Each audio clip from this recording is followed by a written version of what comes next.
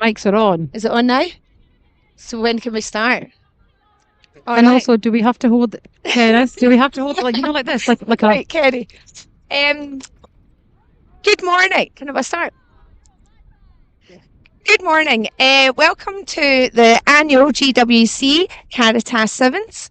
We are incredibly proud to be supported by Kitchens by Nick McNally, recognised leaders in the creation of exceptional bespoke luxury kitchens. Their drive for perfection and uncompromising standards reflect the very same commitment to excellence we aim to demonstrate here today, both on and off the pitch.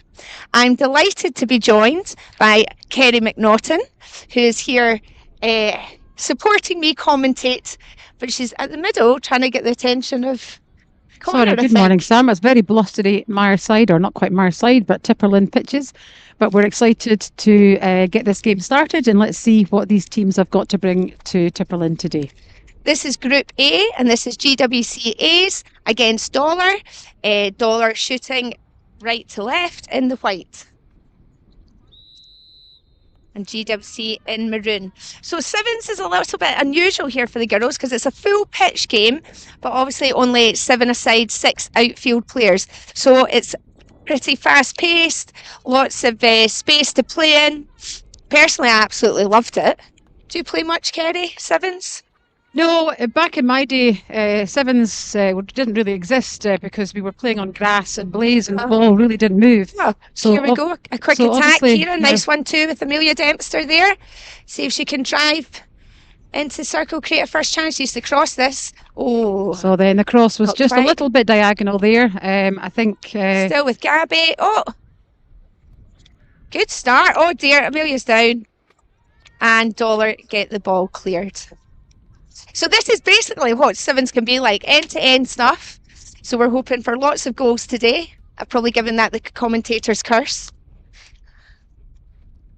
We're playing 14 minutes one way, so it is quite a long time.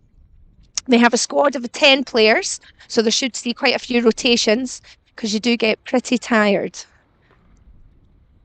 All in there. Well, oh, good steal. But followed by Iona Lang. So in sevens, what we're hoping to do, Sam, isn't it? We're trying to get the ball to do the work, especially on a day like today when the weather is particularly windy. The players are obviously used to doing a lot of ball carrying skills in 11 aside, but on the sevens pitch, to just keep the energy going for the full day, we want the ball to do a lot of the work and for a lot of movement off the ball. Absolutely. And look at the space, but every single person's on that side of the pitch. Do you see that? So if only they could have an earpiece from us, they might start spreading out a little bit, letting the ball do the work.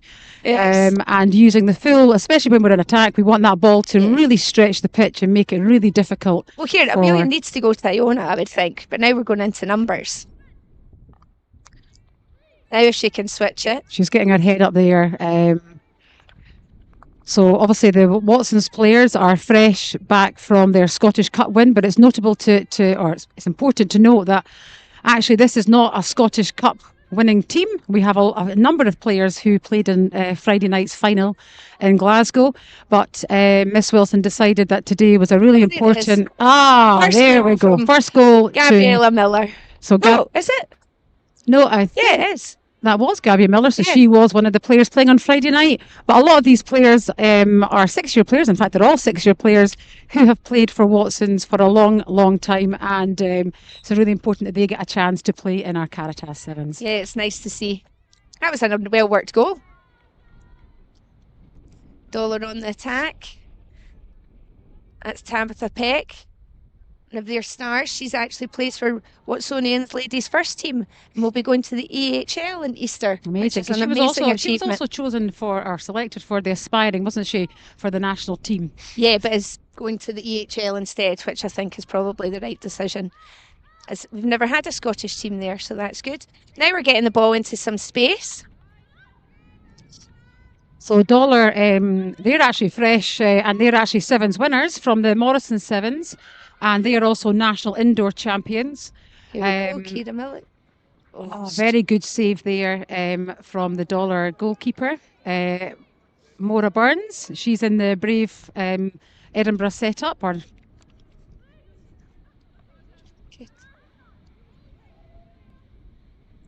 Still building up here.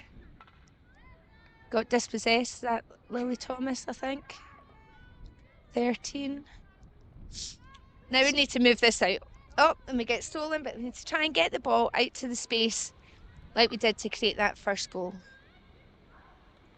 Yeah, the first game is usually quite scrappy. Because there's no half time, the coaches don't really get the opportunity to get the information out about how we're going to spread the ball. So just giving them a bit of time to warm up, and hopefully over the next coming games we'll see a little bit more sevens play.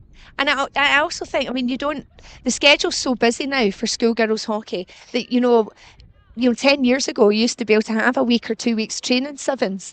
But now the league, goes on a bit more. If you do well in the cup, which we were fortunate enough to do, you focus on that. The girls have the East Cup final on Friday, so going back to 11-a-side. So it is a busy time. So I suppose this isn't a bit of light relief for them for sevens. Yeah, when the sun starts shining, that's usually when the coaches take a breath of relief. The players get excited. Seventh season start. It's a good finale to the season. So here are Dollar starting to build. And here's Tabby Peck going through. She's she going some pace. Yeah, she could do with a little bit of support. And yeah, she's likely to receive a free hit from that. Amelia Leach did really well there to keep up with her because Tabitha is quick. Can Dollar capitalise on this build-up play in the last quarter of the pitch? They've got space out wide there. That's a great ball. They should be looking to get the ball into the circle. What can she do here? She's got a free person. And nice finish, very composed finish from Tabitha Peck there to make the score 1-1. Yeah, very composed there from the Dollar, using the wide ball and then getting the ball into the circle. Actually, if there's a lot of congestion in the circle, then the teams want to try and win a corner, because that's where there is an imbalance and very much the emphasis is on the attacking team.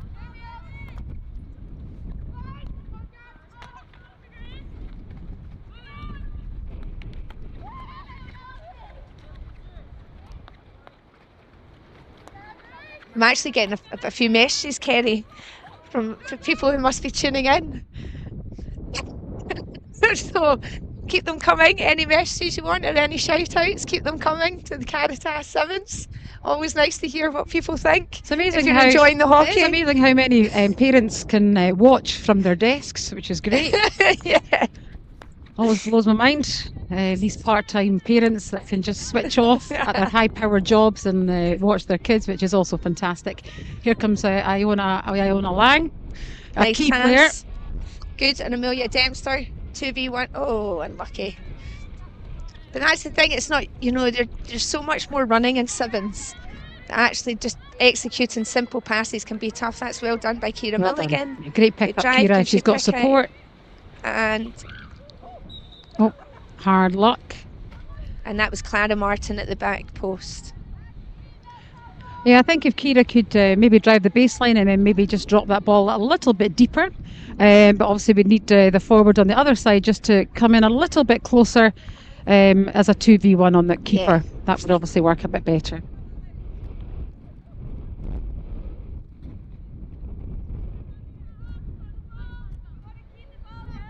What's going on at Megatland? Oh, Megatland. So in our other pool, we've got a pool B at Megatland, which has got Mary Erskin, Fettes, EA, and our GWC B team. So we'll be getting live updates from there. So although my phone is going off, it's not from Megatland, unfortunately. So I would quite looking forward to seeing what's going on there. But that's pool B, and pool A is here, which is GWC, Dollar, Heriots and St George's. And as Dollar on the attack again, it's Tabitha Peck again. Great finish. Yeah, that's what the EHL will be looking for from her. They will be. The Dimbosh girls will be quaking in their boots. Indeed. No, I mean, that's a great finish. Good pace and a nice composed finish on her reverse stick. But the game's not over. So we have about a half of a half, or half of a 14 to go. Yes. And if Watsons could really start to look and play the ball a little bit wider and move the ball need to stretch the game a bit here. We're a wee bit kind of congested. You want to make the pitch as big as possible.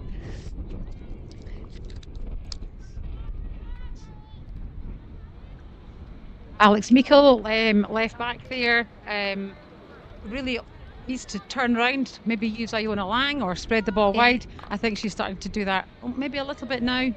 She was the second 11 captain, so she'll be delighted to be playing alongside her S6 contemporaries in this tournament.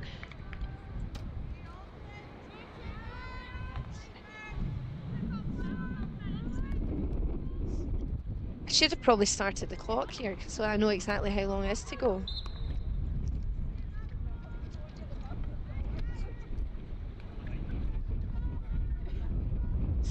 So we've got 5 minutes to go in this game. So still plenty of time for George Watson's to get something from the game. As we go again, to have the pet going well, nice high player. Oh, that's how great you pass. play sevens. You want to keep the player nice and high. Oh, and there's very the composed. third goal. Nice finish. But that's exactly what Dollar have done well there. They've stretched the game. They've made it big. It's really difficult to defend such a large area. And that was a well-worked classic hockey sevens goal. It's always a tough question for the defenders when they've got a player sitting in behind them high up the pitch and they've got a player driving towards them. One of the questions they always ask the coaches, who do I go to? Well, it's got to be the most dangerous player. So the ball carrier is the dangerous player. Oh! Good save by the keeper. Good run from Amelia Dempster. But once the ball is off that player, then they need to be able to adjust and put pressure on the player behind them. That's a lovely pass. Nice. Now we're 1-on-1. Oh, unlucky there. And well recovered. If we can get the ball going quickly, you can hear Miss Wilson shouting, go, go. But we need some leads from the players. Good lead from Clara Martin there. She can cut in and get support. Imogen Watson working really well there to get the ball in that corner and winning the foul to send the ball. Maybe just should have taken a little bit more composure.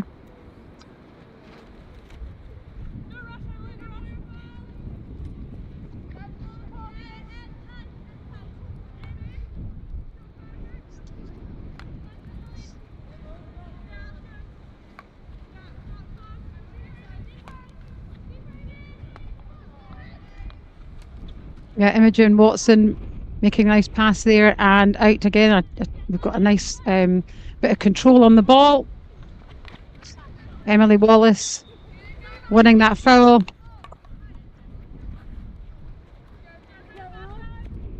Same as 11s. Ball players will they have to be 5 away, the defending players.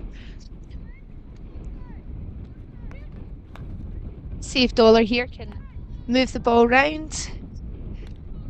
Make the GWC run. That's a nice pass if she can pick that up.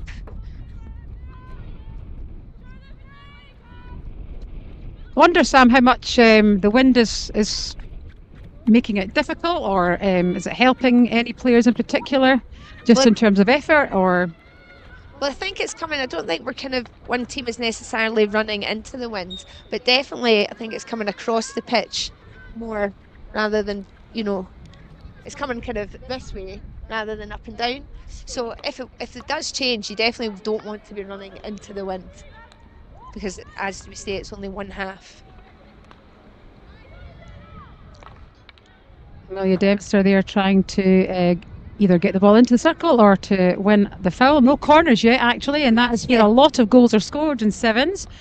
We only have 2 defenders back with the goalkeeper. So it's a good opportunity. Amelia Leach on the ball. She is. She's. Oh, you've done it! I knew it. You got into Connor's earpiece there and said, "Give him a corner so we can talk about it." So Amelia Leach, just talking about Amelia Leach there, she is being selected for the aspiring national setup. So she'll be travelling with them in the summer and Easter, I think. So we're wishing her good luck. So yeah, Sam, explain what's happening in the corner piece here. So yeah, we've got 2 defenders back with 1 goalkeeper, and I think you probably have 4. They've gone quite risky here because they're only putting 1 player back. So if we bring it out, you probably want to move it round, which is what GWC tried to do. You probably want to move it round the first runner, and then you've basically got a 4v1 on the keeper and 1 our defender. But here we go in the break. Yeah, the pass there wasn't quite wide enough. The pass didn't quite make it past the the first runner there. It was too easy for her just to take one step and intercept. But here we have Kira. Need to move the ball. Get higher, girls. That could have gone earlier. But you can tell, I think, well, there we go. That's the final game here, and it finished 3-1 to Dollar. And as you can see, the girls were getting pretty tired at the end. Next game coming up, we have George Heriot's v St George's. So we will be back with you for that.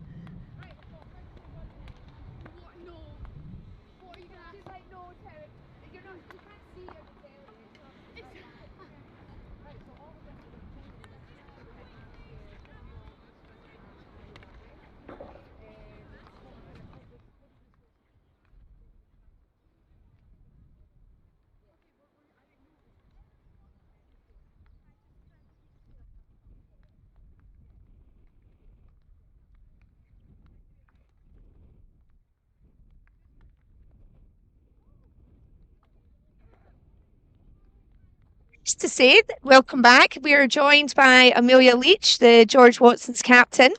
Amelia, how did you find that? It's our first game of sevens that we've had, or did you play at Golden Acre? In fact, yeah, it was a bit different. It was on the grass. Yeah. So now we're on the Astro, and it's our home Caritas sevens.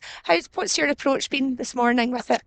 I think so. We had an Essex team, so it was all kind of about the fun. We do still want to do well. Obviously, 3-1 loss, which isn't the best start, but I think it was just quite unlucky. We were 1-0 up, and then we kind of just lost it a little bit. But I think what we kind of commented on, and Kerry mentioned on the commentary, is that first game's always quite tough. It's trying to get, your bearings and seeing how you want to play. So, I wouldn't be too disheartened with that. Yeah, it was pretty tiring. Didn't really. Kind of forgot how tiring it was, but it's okay. Good. So this is a little bit of insider's tips. So in the next game, are we going to maybe move the ball a bit wider and maybe stretch the pitch? This is we're coaching from the commentary. We're meant to be impartial, but I don't suppose our watchers will worry about that. Yeah, we do need to move it a little bit wider, maybe stretch the pitch a bit more, but we'll work on that for our next match. So I think we'll have that down. So just before we go into the next game, just a very quick comment on your fantastic victory on Friday night. So Scottish Cup winners for a second year in a row. Were you involved in the Cup process last year? Yes, I was. It was a bit more dramatic last year. It went down to penalties, but this year, like, it was a little bit less stressful, but obviously still pretty stressful because we were 2-0 up till the last like 10 seconds, and then it was a short corner, but it was kind of a weird feeling because we already knew we'd won, so it was a bit weird because they scored, but yeah, no, it was really good. I'm really happy. Thanks very much, Amelia. We'll let you go and Thank debrief you. with your team and your coach, and we'll get our listeners ready. And for the next game, we're looking at St George's against George Heriot's.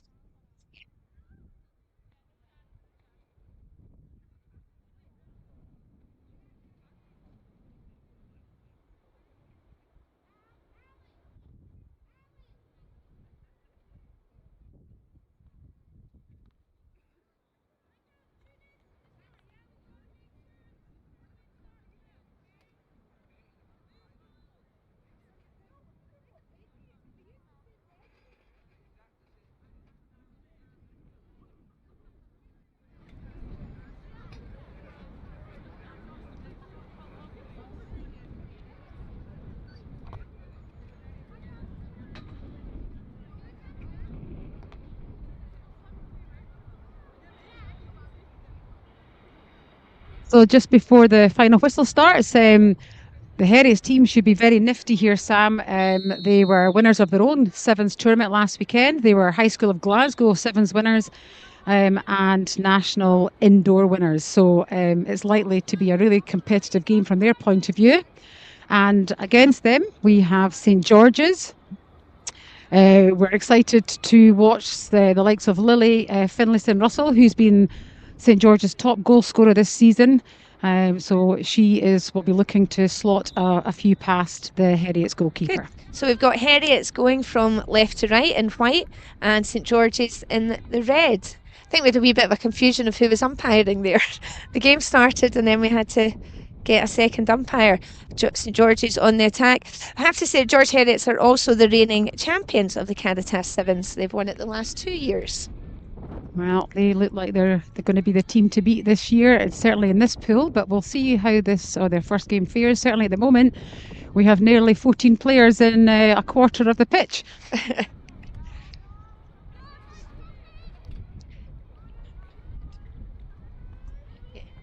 Lily McLeod making a great... to Sophie Matthew. Great save from the keeper. Well, the St George's coach said that she has been one of the players of her season, Mary Brotherston. Maura Burns. No, no, sorry. We're on the wrong team, Miss Judge. Sorry. That's okay. Apparently last weekend at the High School of Glasgow Sevens, she saved 3 flicks or 3 running penalties, which is phenomenal for a keeper. So she will be trying to make this as hard as possible for the Heriots players to retain this title. That's a nice ball. Heriots are keeping a player nice and high and getting early balls in. That's a great try. Unlucky. So that's number 3, Coco Porter, who has been one of their outstanding players, not just this year. She's our sixth player, but not just this year, but for the last few years that she's been playing in that Heriots side.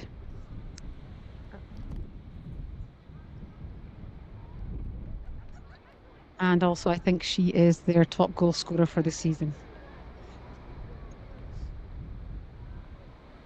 Yeah, starting to spread out a little bit now. I think you kind of want to suck them in here if we can move it. That's the right idea. You want to kind of suck the team in and then play it out to the space. She probably needs a little bit of help here from our teammates. Abby McLennan needs a little bit of help there.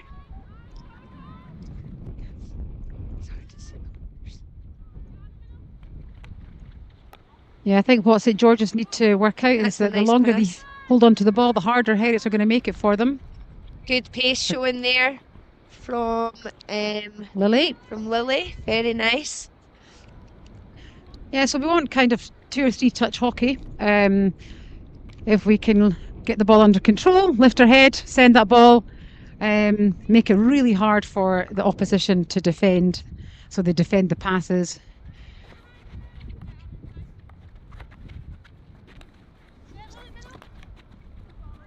It's always just basically trying to create 2v1s all the time, isn't it?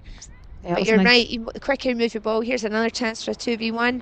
Good try by Coco Porter and Sophie. Unlucky by Sophie Matthew. I remember her from last year, actually. I umpired the final. It was Watson's against Heriots, and Sophie Matthew scored a great goal, if I remember rightly. Sophie Now, my Matthew, memory's number 9. not always the best, though, Kerry, but I do think I'm correct in that one. Yeah, well, she was in a great position, right on that back post, not just for the first strike, but also for the rebound that came off the keeper. And there's Coco again, but the St George's keeper, she is solid. That's probably been 4 or 5 Very good saves, yeah. 4 or 5 attempts on the goal there, and she's kept that out. So well done to her.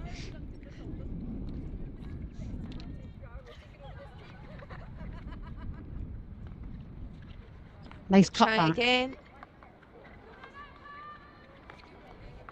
That's a good finish. Very composed finish. Not much that the St George's keeper could do about that. But I like that because quite often, Kerry, you see girls or players just trying to bat the ball into the keeper there. But that was very composed.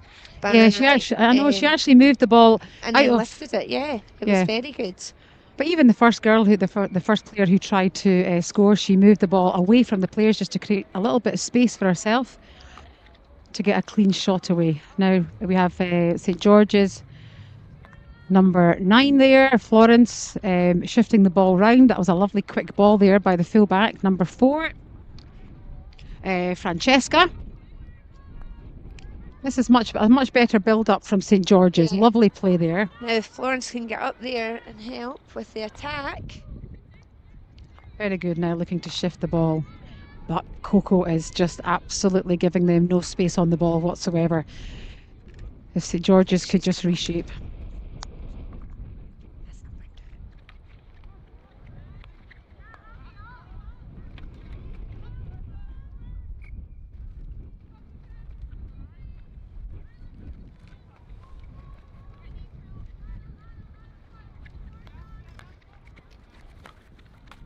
Good. Florence Henry's got the ball again.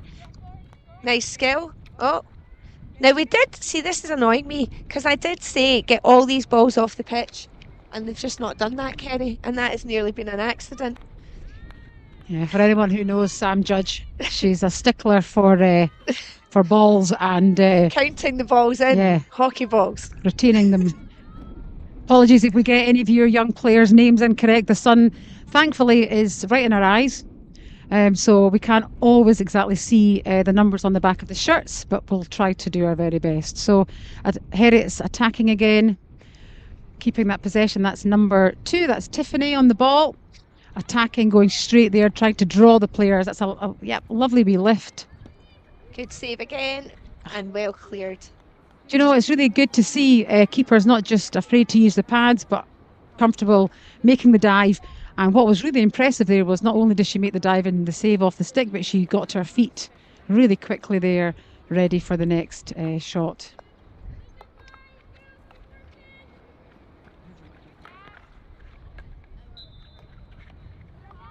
So St George's looking just to make a couple of substitutes coming on. We have number 5, Abby, coming back on, and number 12, Lily. I think this is when it's a real advantage to have rolling subs, in sevens. Because, you literally can go on here, bust the gut for 2 minutes, and then come off.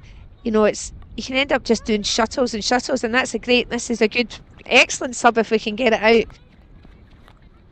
Yeah, There. well done, Lily, making a good, just shifting the ball early. She get her head up. Number 6 is nice and free there. Oh, that's a lovely touch. At her foot, did it not? Yeah. I thought she played She that. did. Well, So, keeper never saw it. The Heriots girls are complaining. I was pretty sure she played that onto her foot there. Oh, onto her own foot. I was too Onto her busy own foot. looking at As she that. tried to round the keeper. So that was actually Jessica Foreman, I think, Yeah. number 6, who was sitting nice and high in the circle. Her first touch was superb, actually. Nice control pick-up, moved it into space, but we'll wait to see what the umpires think. We're looking at if we had VAR, I'm Mhm. pretty sure it would say it hit her foot. Oh, But I'm not sure that the St George's umpire is going to overturn the corner. oh well. So very controversial there. We have the Heriots. Is it the Heriots umpire? It is. Awarding, Janice, awarding a corner against her players. Which they weren't too chuffed about. But you can't always get them right, can we, Kerry? No, We no. all make mistakes. But yeah, it was a really nice touch from actually a former Watsons player, Jessica Foreman. Right, here's interesting. St George's are taking it from the other side. And number Unusual that we don't, that more people don't do this. I think the reason that they don't is because if it comes across its right, the defence then have it on their front stick and it's an easy break. This is obviously something they've It needs practiced. to be a wee bit quicker. Oh. Oh, it hit the post. I mean, she had so much time in that shot. It was unbelievable. So I suppose that's what you have to think about with the defence. Do you charge out or do you just sit and hold? I think a lot depends on the keeper. Yeah. You'll obviously have attacking formations and how you come out and how you run, but the keeper very much dictates how they want their defending players to protect the goal. Good. Heriots going again. Jessica again. She's quite quick. And having pace is such an advantage, I think, in sevens. Having a big hitter or someone who's got an aerial. We've not seen any aerials. No. Someone, if you've got a big hitter or someone that can aerial, and then someone who's quick to get on the end of it. It's really actually just quite an easy game, Kerry. Do you know what I mean? It's easy from the sideline, Sam, as you well know. Oh, we've had a swap in umpires here. I think that was the problem. Maybe the St George's umpire was delayed in the traffic. Ah, I see. Let's say that. There's a few roadworks kicking about Collington Road. So St George is looking to make a three-man substitution. That's a nice left foot pass. Unlucky that Florence couldn't control that there. Hard to track the Heriots substitutions. They're making subs from the far side under the sun. Yeah, that's a lovely ball and a fantastic first touch if she can just break away from number 14 from St George's. Imogen really did a great job there, because actually I think if Coco could have got away there, it would have been a really tough position on one-on-one on the keeper, but she did a great job there, winning the ball back, and now we're attacking. Nice pass. Here we go.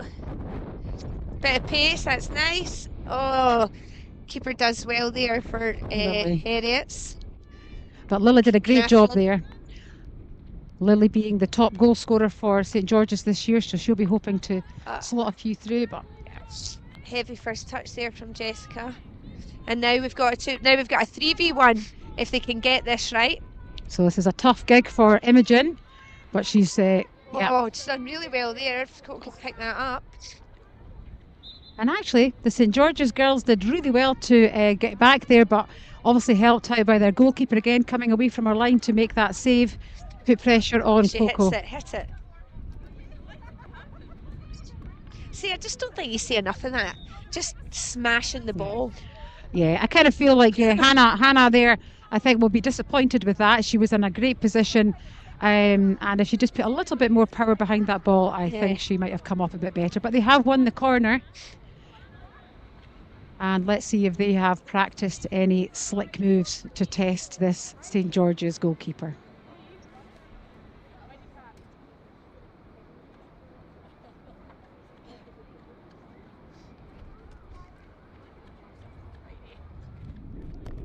So Heriots are going from the more orthodox side. Wonder if they're going to move it. They do. That is, I was about to say that's your textbook Sevens corner routine. This goalkeeper, she is just playing a stormer. If that hit the post first there, but I'm not sure. But yeah, that really was nearly a textbook goal, but our well-worked corner. But again, saved by the St George's defending two and the goalkeeper. So can St George's... I think you can kind of tell. Here's the Heriots coach just telling Heriots just to pull it back. Obviously, they're winning this game, so they don't need to go chasing the game. And St George's have had a few kind of openings, but that's good defence there to win that back. I do love when forwards win the ball in the press. Yeah. That's Couldn't quite Sammy's get it. biggest thing. Let's win it back quickly. Let's not That's a let nice them. pass. That's a great Here's a pass. 2v1. But the Heriots girls have worked hard. This deserves to be a goal. Unlucky. But I like that was just again good counter attack play. Left foot pass. 1-2. That was a nice move. Unfortunate there for St George's. Sophie Matthew there, like trying to really stretch the game, pinning that ball into the corner. Maybe a little bit more communication. It's one of the things that kind of sets some teams aside from each other. That was a lovely ball. If she just maybe communicated that a bit earlier, taking the pace off a little bit, then Heriots could have got on the end of it. Lots of space here. Lots of space for St George's. Just to move it if we can get it wide. Yeah, that's better. And a nice first touch there. That's good again. 2v1. Well played. Get it on your front stick. Well back. Heriots girls have got back quickly. That's hit her foot. That was nice hockey though from number 9, St George's Florence there. She took 2 players moving the ball into space. But yeah, you're right. Actually, I think it starts at the number 19, the captain for St George's, Izzy, has actually done a great job in there. I think for your centre mid, you just want a kind of playmaker, just gets the ball, gives it, gets the ball, gives it. And that's, it's good centre midfield play in sevens. And there we go, gets it, gives it. Oh, that was a shame. But again, that's the number 12 Heriots player there putting pressure on her. I always used to say to girls, you just got to close the space down. You know what it's like when you're about to hit a ball and you just get that feeling that somebody's really close. Yeah, I would just hit them. I mean, you would just hit them. But it does. It just adds a little bit extra pressure, just unsettles you a little bit. So Heriots doing that really well. And that's the final whistle. Gosh. Finished 2-0 to Heriots. 3-0? 1-0? No way. 1-0 because, Sam, I think you forget that the St George's keeper. I was sure they scored. No. I'm sure they scored. Mary Brotherton, the goalkeeper from St George's there, actually phenomenal. Apologies, St George's. That was close. Well, thank you. And we'll be back for our next game in a few minutes, which is going to be George Heriots against Watson's. Yeah, well, who's done that draw? Not giving Heriots any rest before they play. We might see if we can get the St George's goalkeeper for a wee chat. Excellent. Just to see what she's been doing this season to kind of improve her skills, make some phenomenal saves.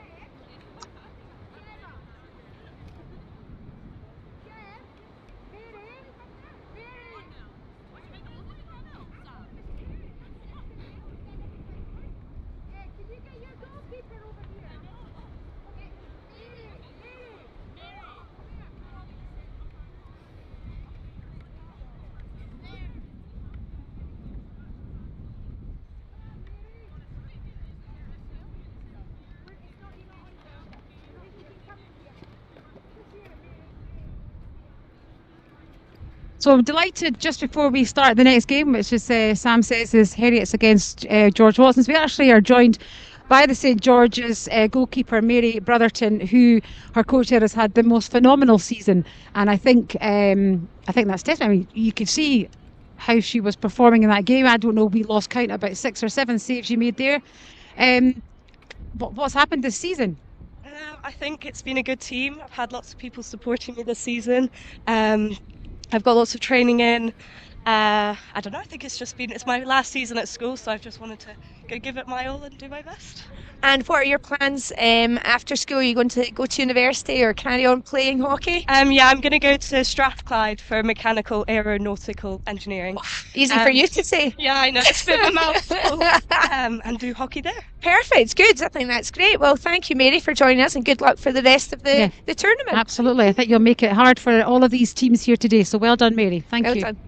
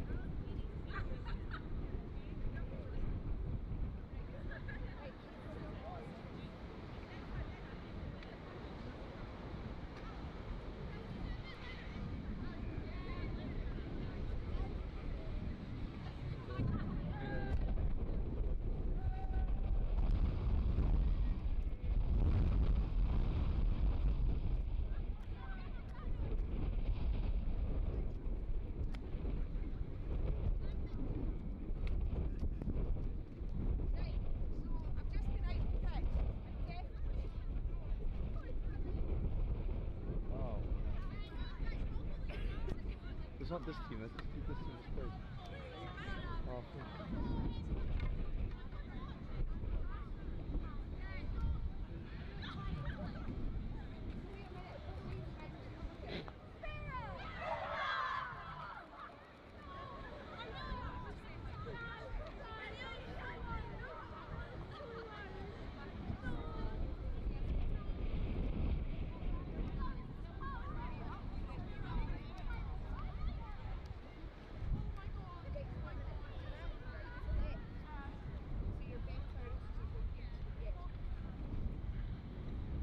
Welcome back to the Caritas Sevens here at George Watson's College.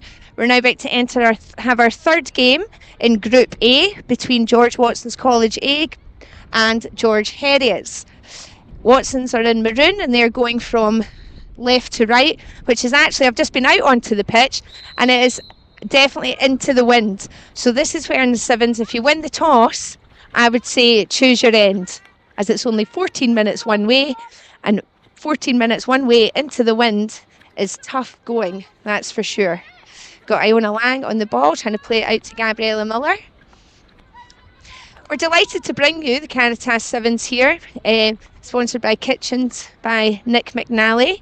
So we're very fortunate that they sponsor our live streaming that we use from Takartis sports streaming. I think it's Takartis, Sam. Well, but I think we you can. know, yeah, It give depends them where a you're phone. from. If you're from Dunfermline or if you're from Glasgow. Yeah, that's true. Probably if we asked someone from Edinburgh, that might have been better. Takartis. The head of Takartis is sitting beside us here now, and he's saying Takartis. He says the fife twang. That's the way it Did goes. he? Well, it's bias. Pure Glaswegians. Oh yes, Paisley, that's right. Advantage Yes, being I know. played there. Just Iona often trying to get admit it that. past the left foot there of number 9, Sophie Matthew. Nice play in there to the centre mid. Yeah, this looks a little bit more spread out. I think both coaches, Sarah Wilson and Amy Amy Brodie. I think they've had a wee chat with their players and saying, listen, we ain't going to score goals and move the ball if we're all in one area. So the players looking a little bit better in terms of their structure and how they're setting up here. But again, we're trying to force the ball. Just move the ball. Intercepted That's a there. good turnover. Amelia, now we want to go at pace, give the pass, get Nice up and left foot support. pass. Yeah, they don't need to play the ball through the player, Sam, do they? No, Play the but ball a into lot of space. that relies though on the lead, and the lead needs to be wider. Quite often we think we're wide, but actually we're not. And there's a good chance here for Coco to have a chance. Well Lovely played, touch. and great finish. We need to maybe Amelia check the Leach. pitch there, a wee slide by the captain, Left. Amelia Leach. But On yeah, her backside. I mean, what I would say to Amelia Debster there, she had the ball, she had the attacking flow there, and Kira just wasn't quite going wide enough. But I would still feed the ball into the space, make Kira do the run. She'll maybe know to go a bit wider the next time. Absolutely.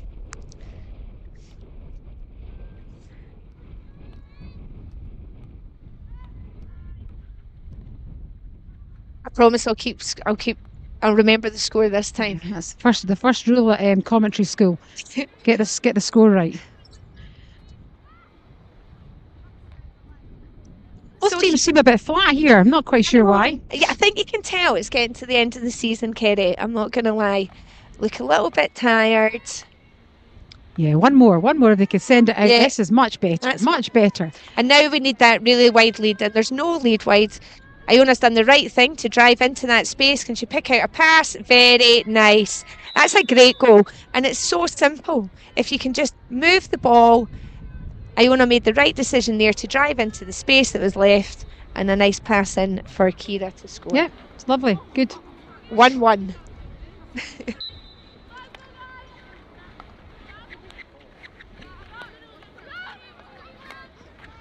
All level and all to play for. I've just had news from over at Megatland in Group B. Mary Erskine School beat Fettes 1-0, and Edinburgh Academy beat George Watson's College B team 5-0. So all go there. They'll also be into their third match. So Heriots just did exactly what we were looking for from Watson's, playing that ball, keeping the ball as wide as the sideline and then pinning it right into the corner there, driving the baseline. Unfortunately, the last pass into that attacking circle just wasn't quite executed and was well intercepted by the Watson's defence. That's good from Iona there. A win give. I do like a win give. And good, Kira, that's it. It's a chuck and go. Now she can get it across to Gabby Miller. Unlucky, that's the right idea, but you use the space. Just use the space to run into. And if you're quick, like Kira is, then why not? That's another nice ball into space. Ball. And look now, number 17 from Heriots is trying to make that lead. Actually, she made a wee double lead there, number 17. It was well played. A wee in and out. That was great hockey by Heriots. The number 17 there, Isla Lloyd, looking to make that lead out to the corner, but recognised that that's where the ball carrier was going, so then cut back inside. And a really well composed finish there from 2-1.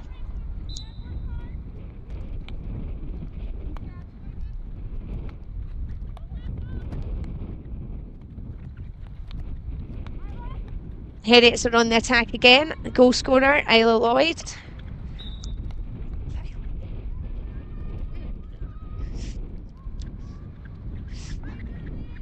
Watson's did well there, scored a really nice goal, then obviously conceded quite early on, or straight after it. So they need to just get their composure, keep playing nice hockey, keep the ball moving. And that's good. It's just really like a gut buster sometimes, sevens. You know, you want to get players up supporting, but then as soon as you turn it over, it's just such a long way back. So, you know, the players have got to, it's that risk and reward, isn't it? Yeah. Well, I'm glad I'm standing here, just tiring watching these young players running. Yeah, Miss Wilson just making the Watson's players aware that that is a dangerous pass if we need to cut out that long pass into the corner. Good, now we've got Charlotte McAllister wide there, giving it to Kira. Unlucky, playing a 1-2, managed to get that. If we can move this round, we want to get it out of there. Yeah, I think it's quite hard for the girls to sometimes change their brain. Obviously, from 11 aside, yeah. But, you know, they only need to do one thing, is lift their head. The basics are the same, play the ball away from players. Yeah, all your principles should be the same. A little bit of miscommunication there, unfortunately, for Tiffany. From Sophie Matthew to win that back from Gabby Miller. Yeah, pink shoes, pink glove. Tiffany here on the ball, making a good decision there to encourage Kira Milligan from Watson's to do a lot of running here. So, obviously, in 11 aside, we would look to move over and force or press the team. Press the team. What was your thoughts there on what Kira should be doing? I think it's really difficult in this kind of space, but yeah, if you can try and keep a team to one side and not have them transferring it, or you just kind of sit and hold and let them, you know, play around you and just not play through the middle. But the last thing I think you want to do is go chasing the ball, because then you're just wasting energy. That's that energy. Nice left foot pass. That's hard luck. See, I would like to see Gabby get out earlier to the sideline and then pick that up front stick and, you know, open body, and then you're kind of be a bit more threatening. But also again, makes it easier for her. It does. But again, it's easy for us to say that. We've not just ran up and down a pitch for the last 7 or 8 minutes. Right, change of personnel for Watson's. I think they've made a 3-man switch just to give some legs a bit of a break. But here's a nice break here. If she can get that touch. Coco's sitting waiting for that ball, but that was a really good defence by, who was that? Is that Gabby Miller in the middle? Yeah. And Iona Lang, and that's that right to left pass, which can be such a killer in sevens. Yeah, very easily picked up, so we want to target that left foot. Good cover there from Alex. If she can keep it on her front stick, it would make life a little bit easier for her. It's actually a good channel, but there's just not the height from the Watson's girls. Also think that quick ball out of defence can be really effective, but you need to give your players time to stretch that pitch. Yeah. I think our forwards there might not be thanking her for that. They'll No. good ball if they were there, but they were still recovering, didn't quite realise that she was taking a quick ball. So again, a bit of communication. That could have been a good move for Watsons. So Watsons look like they're pressing a little bit higher here. And they've done really well there to win that ball. Yeah, look at the space on the right-hand side of the pitch here. Which is where you want to play. Oh, there's our first aerial. Well, Didn't quite no, go not to quite. plan. We'll maybe call that a lifted ball. Lifted ball, I would go more for. That's a nice pass. Great pass. Hit it. Ah! Never understand why the first touch that players take into the circle I is to their know. left. I know. Right into the stick. And these girls are playing such a high standard now. That was an easy tackle and an Yeah. easy dispossession by Emily there, the number 6 from Heriots. Could have made it a little bit harder, pulled the ball to the right, kept possession, and maybe got a shot off there for Kira.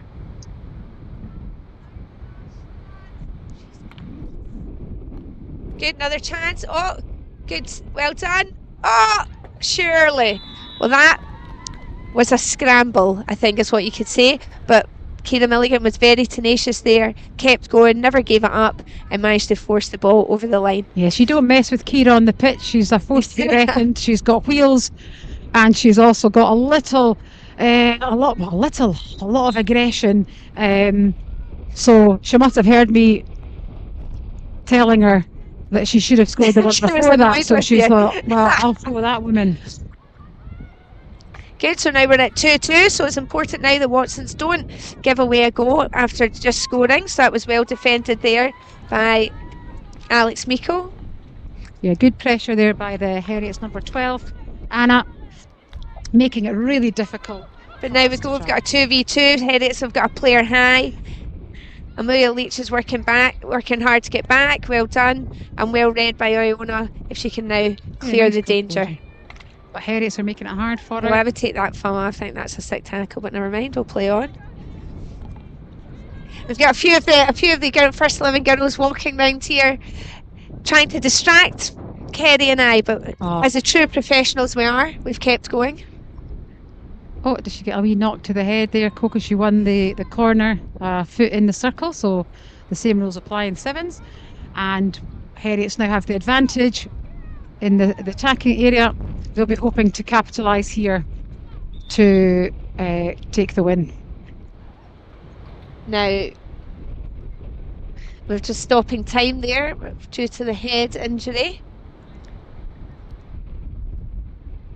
And I think because there's no masks. Is that what we're...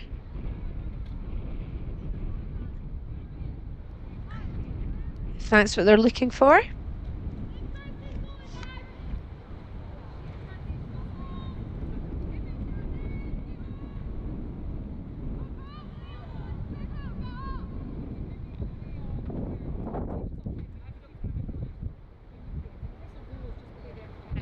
Yeah, so we might have a little bit of injury time. We don't normally have this, but I think in the circumstances when the game is so tight and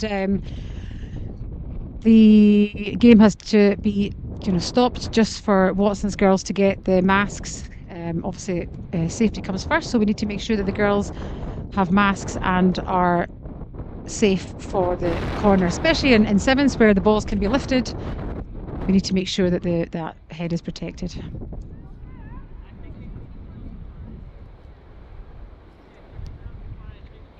So confusion to where the masks might be. So this is because you've got... I mean... I would welcome the rest, if I'm honest. Maybe it's a ploy. Maybe. Well, let's see if it works. And if I was Is Heriots, this the I'd be first corner they've given away? uh, Definitely saw Miss Wilson come in with masks.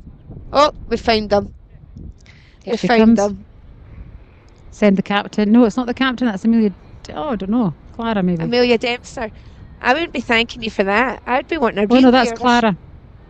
No, it's not. Was it? Don't know. They've all got long I blonde hair, and they know. all run the same.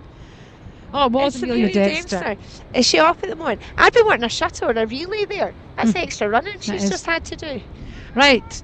So look at the Right. setup here from Heriots. Nice and wide. They've spread themselves out along the D. So which lots of makes it- decisions to make. Yeah, difficult to defend. They'll go out nice and quick to pressure that. Not a great first touch there, It's but well difficult. composed. Oh my goodness. How has that gone in? Snuck in there. Yeah. That was not. Sometimes that bobbly ball You're is absolutely one of right. the most difficult balls You're to defend. absolutely right. They are.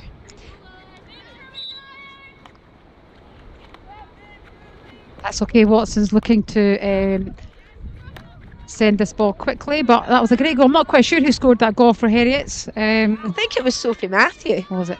the injector. I think she injected it and then was trying to play it That's a back lovely across. ball, lovely quick ball It there. maybe came off the Watson's defender. Yep, Here's Sophie Matthew making going a great again. drive here. She's a nice She quick went in the hands corner. and well covered. Oh, we couldn't quite get it out. And again, Amelia Leach has done really well there. That's a shame. Lily, one of our Essex players, she has wheels as well, so she would have hoped there that she could have got a good or a better first touch to send her into space. She could have run that ball, but the tight It's just getting marking. that ball, out away from your feet. Now this is one you can go and pressure. You know, I always think when a defender makes a slight mistake, it's quite good just to try and use it as a trigger to put them under pressure.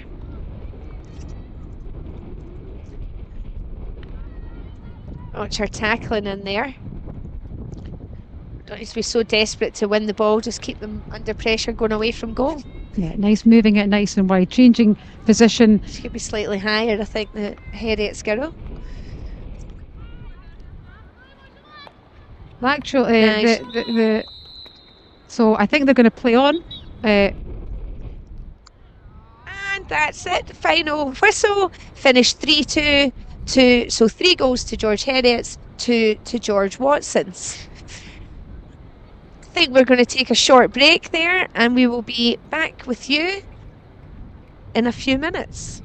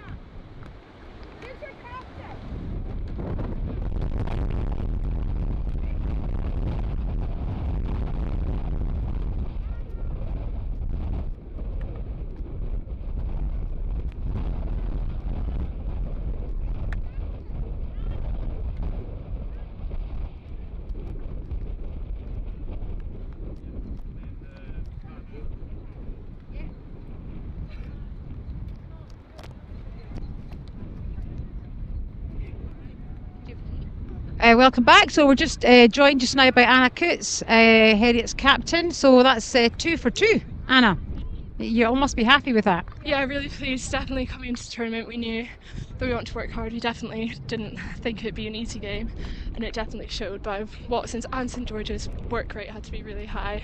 Yeah. So what do you think what's the formula for winning sevens? Obviously, we mentioned earlier that you won your own Golden Acre Sevens at the weekend. You've also winners of the High School of Glasgow seven winners. So what's Miss Brodie what's the advice she's been giving you? Our main outcome, it's work. So we work hard on and off the ball. We work for each other, and that really shows through our working. I have no other words for it, and I think it's clear by our work off the ball when we get ahead, working back for each other. Yeah. I think that's it. I think, like you're saying, no, there is no other word, but it's that simple, isn't it? You just want to, nothing beats a bit of hard work, and you can see that with the way you play, and that hard work, and that is paying off. So well done. So far, so yeah, good luck for the rest of your games. Thank you very much.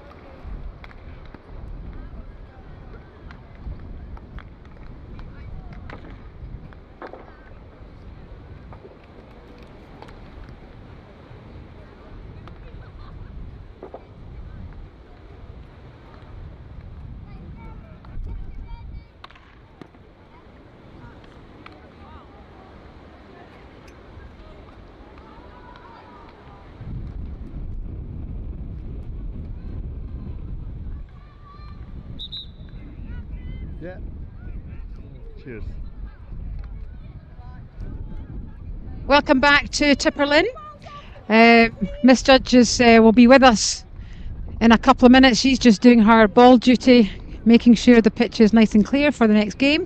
So we have Dollar against St George's. They seem to have set up they seem to have decided their ends, but as Sam said earlier, if it was us, we would definitely pick the wind behind us for the whole game. Obviously, we're not swapping ends, so the wind will definitely make a difference, especially when you're chasing the ball. Absolutely, absolutely.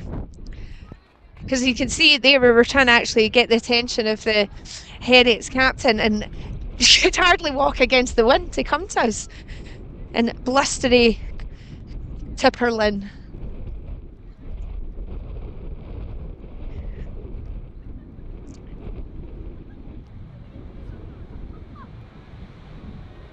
Oh, look at that. As we were just saying, they must have done the toss and changed ends there. So Dollar must have won that toss. Yes, Dollar won their first game 3-1 against George Watson's.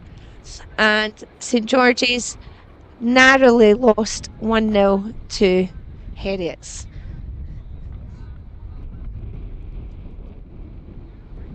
So we'll see if we can get going. If we can just get this game started, that would be good.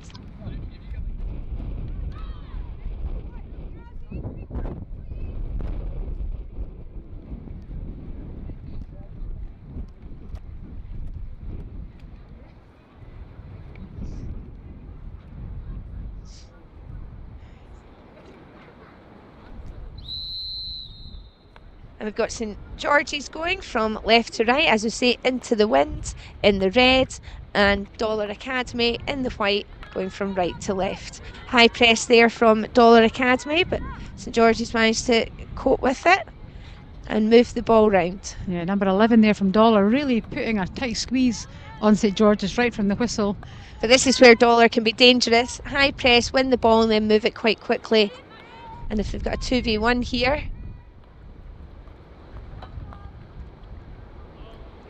and that's a long corner. Yeah, number 3. It's a tough one, isn't it? Because I think, well, where else is the ball going?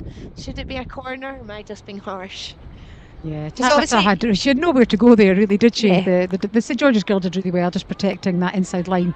Just so you know, if you deliberately put the ball off the back line, it is a penalty corner to the attacking team. So yeah, I was probably being a bit harsh there on the St George's girl. Yeah, Grace, number 8 there, and Millie Cassell's just transferring the ball maybe a little bit wider, just to keep control and force. This is a the St really high George's. press here from Dollar.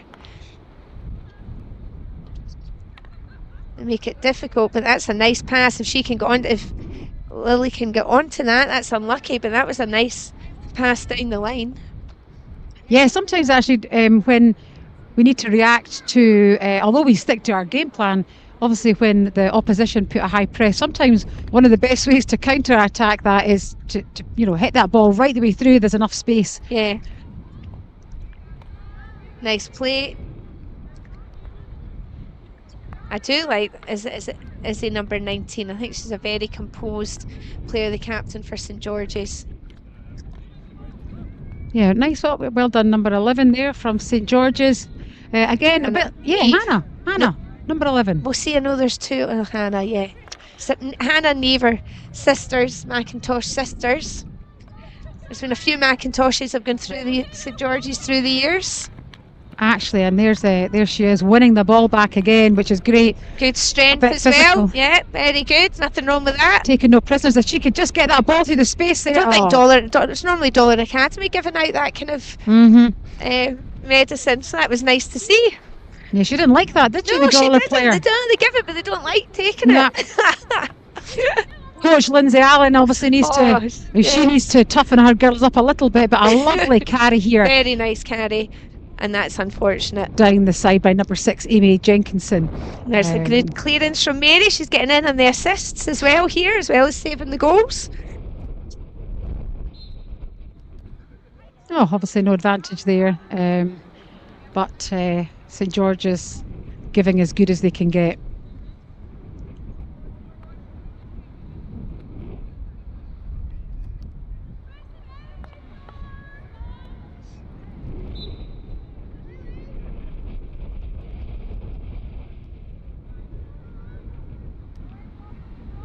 It's not quite enough width here for St George's, just playing the ball into numbers, but yeah, a nice wee lift. That was unfortunate, maybe not back 5, so they've got a second chance. And I don't know why you don't just move the ball away from numbers. No, who's this enough? Florence needs to be a little bit deeper, I think, but yeah, just There get we it go. out there. Ball pace needs to be nice and high. Oh, and number 11, yeah, Yeah, she's on the just nice move the side. ball. She's out wide. If she could get the ball there, that's a lovely Good. pass. This is much better from St George's. Nice left foot passes. Very nice. Oh, We need to maybe get onto our groundsman. That's been 2 slides. yeah. And it's actually not even been raining. It's even worse, this pitch, when it rains. Cool, well won a corner. Well done. Well I think done. St George's George's. play some very, very nice composed hockey. I've been impressed with them. Yeah, that was a better build-up from St George's. Like you say, that build-up's right from the left back. You asked, she must have heard you, Florence. Was it Florence that just, or Francesca? Florence Or was Florence a bit Henry. deeper. Yeah, she was a bit deeper, but she got the ball, and then we had that build-up down the right-hand side by Hannah, and now they've won a corner. Let's see if they can put this goal away. That's what. Again, she's had a lot of time, but she's taken too long there with that.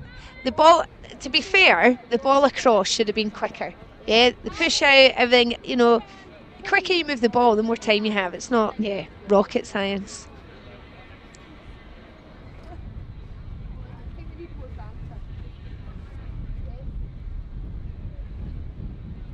But we've got a long corner now for St George's. See what they can do, if they can maybe get an upgrade to a penalty corner or to a goal. But they've got to move the ball. The ball needs to go 5 metres before it can go straight into the circle.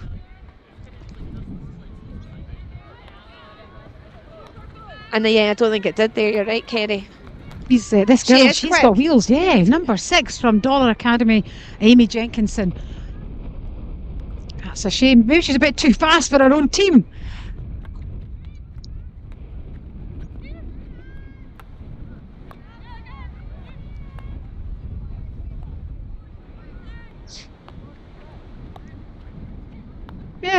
Nice build up by Dollar here.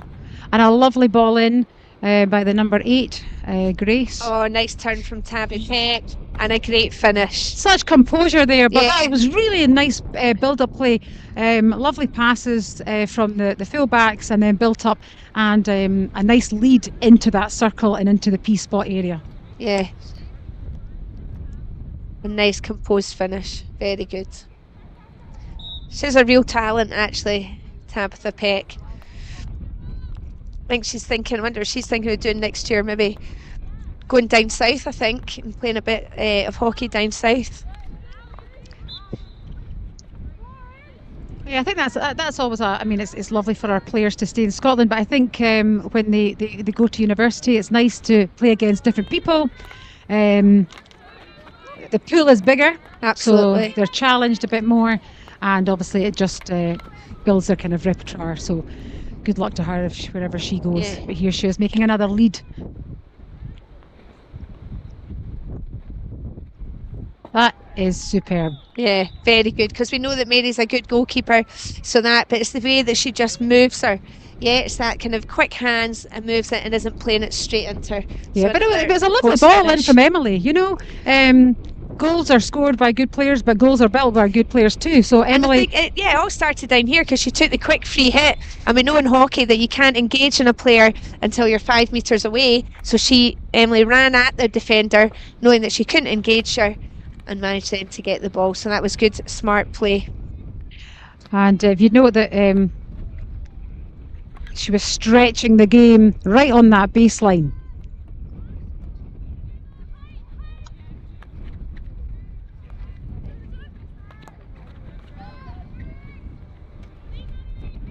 This is hard work for St George's when you're defending. You win the ball, and within 2 passes you lose the ball. It's hard work to turn and defend, but they're doing a great job actually. They're getting numbers behind that ball, and still making it hard for Heriots. And actually they've won that ball back, which is great for them.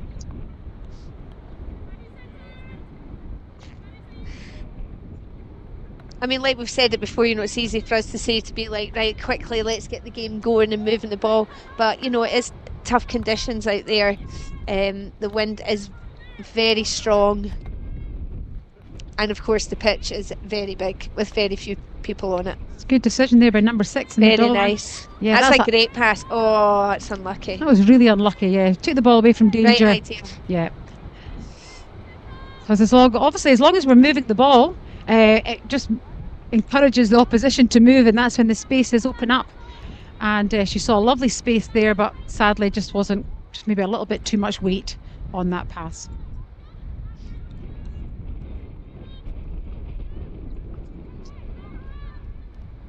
Build up from St George's. Oh, that's so unlucky.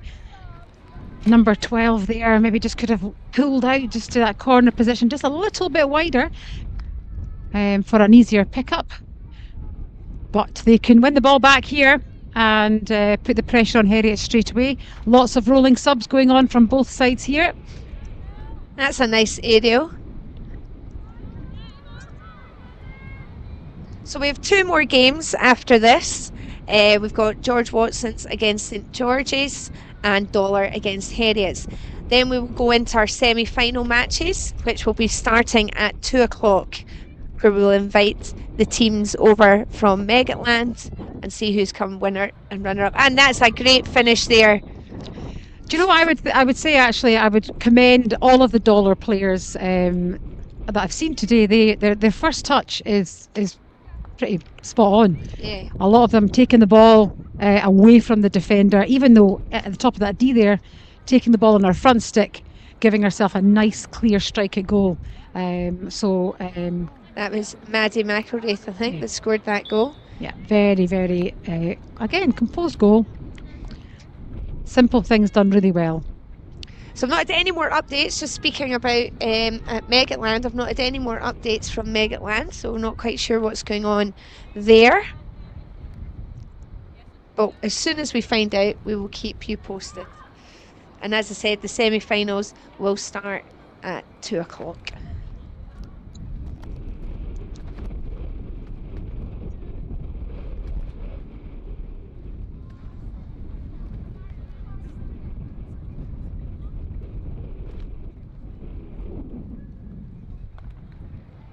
Another this- high press there from St George's, trying to win the ball high up the pitch, see if Dollar can play it out. Oh, good carry. That's brave. That's nice.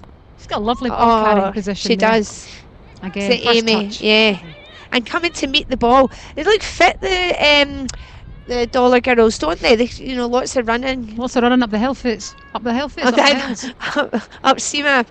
And also lots of movement in that circle. Lots of options. Yeah. Great save there by the St. Good. George's Nice shot keeper. though from a tight angle to manage to get it on target. It's good. I mean, it does help that they've got the wind against them. Now she can. But now there's Tammy telling the girls, now this is tough. This is tough now for Dollar to chase back because they're She's done a good job defending though, against because the the Dollar girls are maybe just doing a few too many side passes, not getting that wind. angle. St George's. Up. That'll be- And the ball's gone over. We just need to get another ball on the pitch. But I've obviously told everyone to get rid of them. So there's none. Oh, good. There's one. There's one. Yeah, I think St George's could have made a little bit more of Could have that. moved the ball quicker. I think they were making two-touch hockey, but a lot of the passes were just a little bit too square. I think if they just kept the momentum going forward, it would have made it a lot harder for that the dollar defender. St George's maybe running out of time here, but here they are on the attack again, running out of time. But dispossessed again by a very strong Dollar team.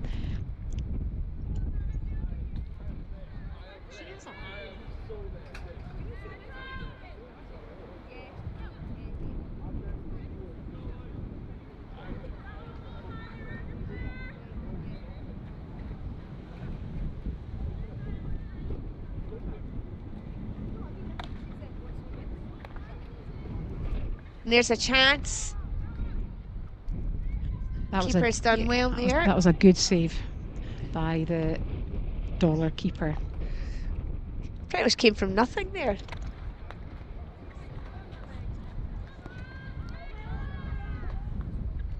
Dollar.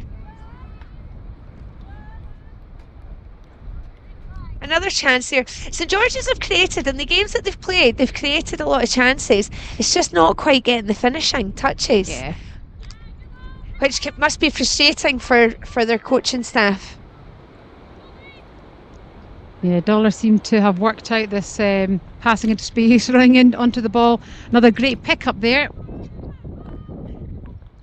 Oh, Fantastic well save. done. committing. And good recovery. Good jump back there from the St George's girls. Now she needs a little bit of help. Oh, that's a sympathetic foul, I think. Yeah, yeah. I think she's a bit I fortunate. thought that was quite a good double teaming So there. did I. So did I. Yeah, Dollar just forcing the ball. I know it's frustrating when you're chasing the game a little bit and you think if we can get that ball up into that attacking area, we've got a chance, but not if there's no players there. You're right. Sam, in your day, you would have been on the end of those balls, Oh, wouldn't you? 100%. But like I said, we probably played in Blaze. Absolutely loved it. The ball used to just pop up and used to just smash it. Oh, there's the I end don't of think the I would game. fancy playing sevens now. I probably couldn't run the length of myself. Anyway, another good win for Dollar. A couple of goals from Tabitha Peck and from Maddie McElraith. And that was a 3-0 win. We will be back shortly with St George's against Watson's. And yeah, see you soon.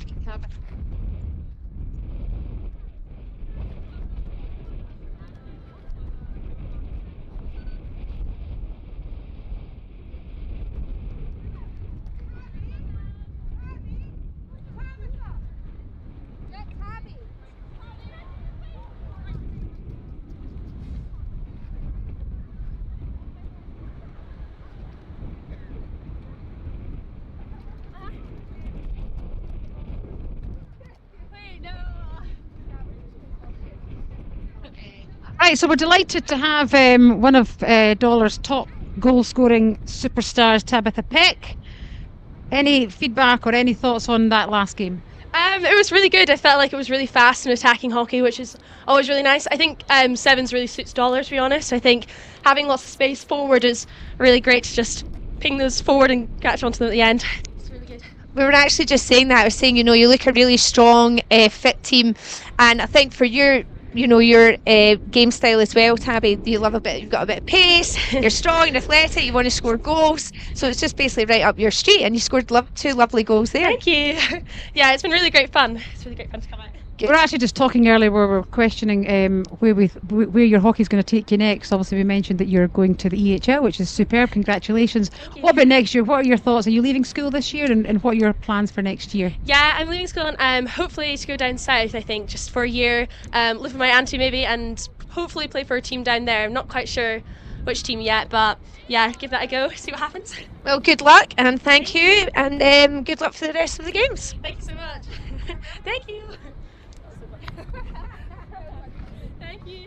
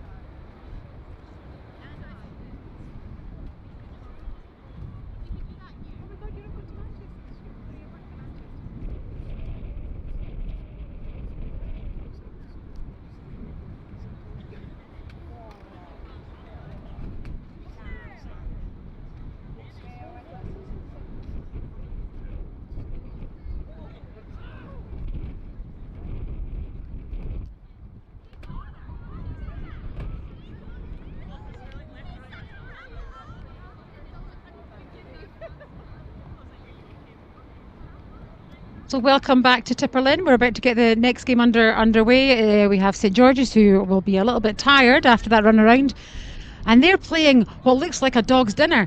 And we've got Watsons in the maroon and navy and sky blue. But yeah, I think the colours are just a little bit too much of the same. So just to help the umpires out and to help the streaming out, the Watsons girls will play in blue and will play with the wind behind them.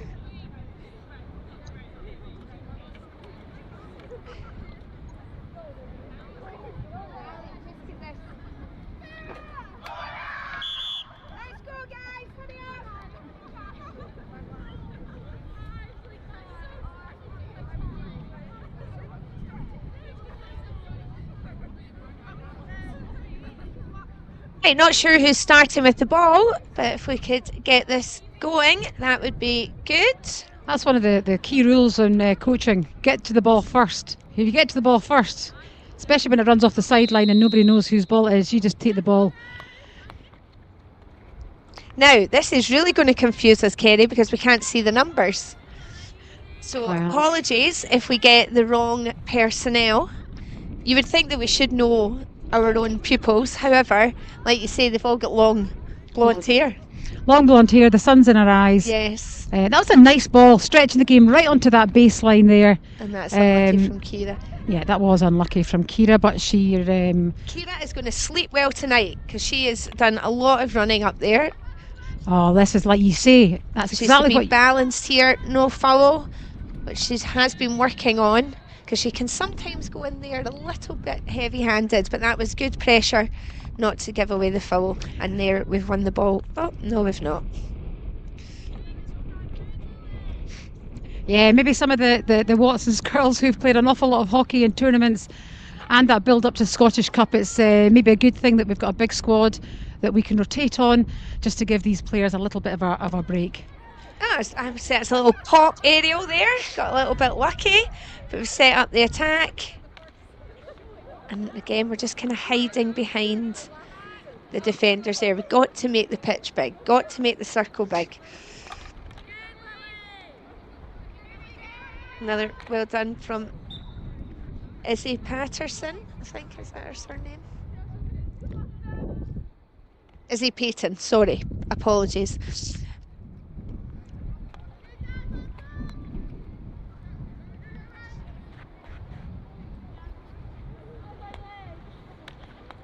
Nice, in and out, it's good play. Oh, That was a little And bit there was heavy-handed. that. That's what we're That's talking just about, it. but sometimes that eagerness comes over and we make the foul. But actually, do you know what? it's maybe a good foul to give away. It is a good foul. Gives the time, just the team time to set up. And you know, yeah. Do you know what? I know. Now, what I think Neve was trying, I think it's Neve, I don't know who that is. What she was trying to do was play that ball on for number 12 to run onto. For Lily to run onto and play it into space, but she didn't quite get hold of it. So Kira's in a one-on-one, see what she can do. She needs a bit of support. She could play that back. Oh, and she just needs a bit of composure there. I would give given that ball either to Lily Thomas to drop. I don't know how she's getting that foul. She's just swung and missed the ball. I Okay, think we'll the take double it. teaming before, maybe just a little stick heavy-handed. tackle.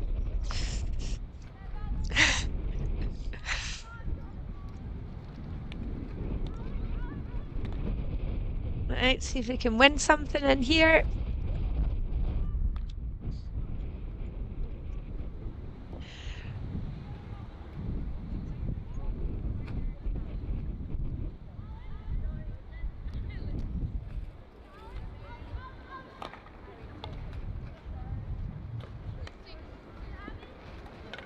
Oh, and here we go. She's been carrying the ball really well all day today. That's number 5, Abby McLennan. Yeah, Unfortunately, there, just the ball being scooped up by the Watsons. she has done a captain. lot of work in there. A lot of the play going down the middle again. I think we just need to, some of the coaches just need to give a wee shout to the players just to stretch this game a little bit wider. But there's your classic example. That's not a bad ball, but that's with Gabby. You know, do you have the risk of committing and being in there, or do you just hold off because you're a little bit tired? Well, I know. what you would say. I know. If you're a little bit tired, then you should rest off the pitch. You should. And when I used to say to my girls all the time, see when you think you're tired, you're not really tired. It's just in your head. You've always got a little bit more. Absolutely.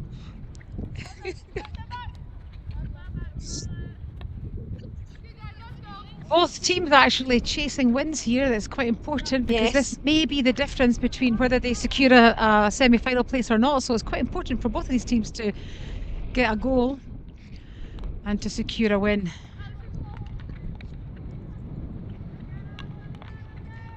Good fight. Yeah, didn't quite. It's a wee bit scrappy, this game, isn't it? There's not much flow to this game at the moment. So, but I think, you know, you can tell they're getting tired. Quite a lot of turnovers, not using the width of the I pitch. think the coaches are getting a bit tired too. I'm actually it's quite quiet. normally you hear the coaches giving a bit of screaming from the sideline, a little bit of feedback. Maybe it's the wind that we I was can't going hear to them. say, or the players can't. But Miss Wilson, she's maybe lost her voice from all the shouting she's been doing. What's the St George's? She's maybe just letting the girls have a good day Yeah. and let them make their own decisions. What's your thoughts there, Sam? Obviously, as a coach and a player at top level, how much input do you like from the coaches on the sideline? I mean, the people will laugh. My coach that I grew up with was very vocal and gave a lot of instruction, and I think that will probably be no surprise to how I coach. However, having coaching men, I think they feel that they need a little bit less direction. But maybe that's my fault with the girls and just giving them too much direction early on that I've not let them think for themselves, which is probably what a lot of people will think. But Yeah, I can see the people watching this stream all nodding their head, whether they've been coached by you, and I'm sure everything you said was accurate. But yeah, I think it also depends on the player. Some people like a little bit of encouragement Yeah, from the side, and other absolutely. people just like to make their own decisions. I don't mind people making the right decisions. Yeah. So St George is having Own and right decisions. Yes. It's okay. that is okay. St George only needs to be touched there by number 19. Oh, lovely play there. Oh, And well and a won there. foot. That was unlucky there. That was really good positioning from the St George's captain there, sitting right on that baseline. She had a nice, it was a tight angle to be Yeah. fair, but at least she got the shot away. But the Watson's keeper, Kirsty Geddes, managed to get the ball and keep the ball out of the goal. So we've got Watson's on the attack here. Amelia Leach just taking it too close to the defender. Now, if they can move this, they've got a 3v1. But well covered from Alex. Got lucky there. Charlotte McAllister and picked this up. So these Get the early players, ball. they play well together. Good. And then if Amelia Dempster commits, let's get that ball in. There we've got a chance. It's just too close. Now this has to be, surely. Yeah, I think That Kira's was a got her real hands in her chance. head there. Yeah, didn't Yes. quite get hold of the pass. So nice build-up play by the second 11 girls. The Alex Meikle and Charlotte McAllister play a lot of hockey together. So that was a nice build-up, nice white play, and a really lovely ball down the sideline to Kira Milligan. Again, making a good lead. Oh, but this could be a goal. But Chance. this, Oh, it's unlucky. the St George's keeper, she's too good. We're almost too close to her there, I think.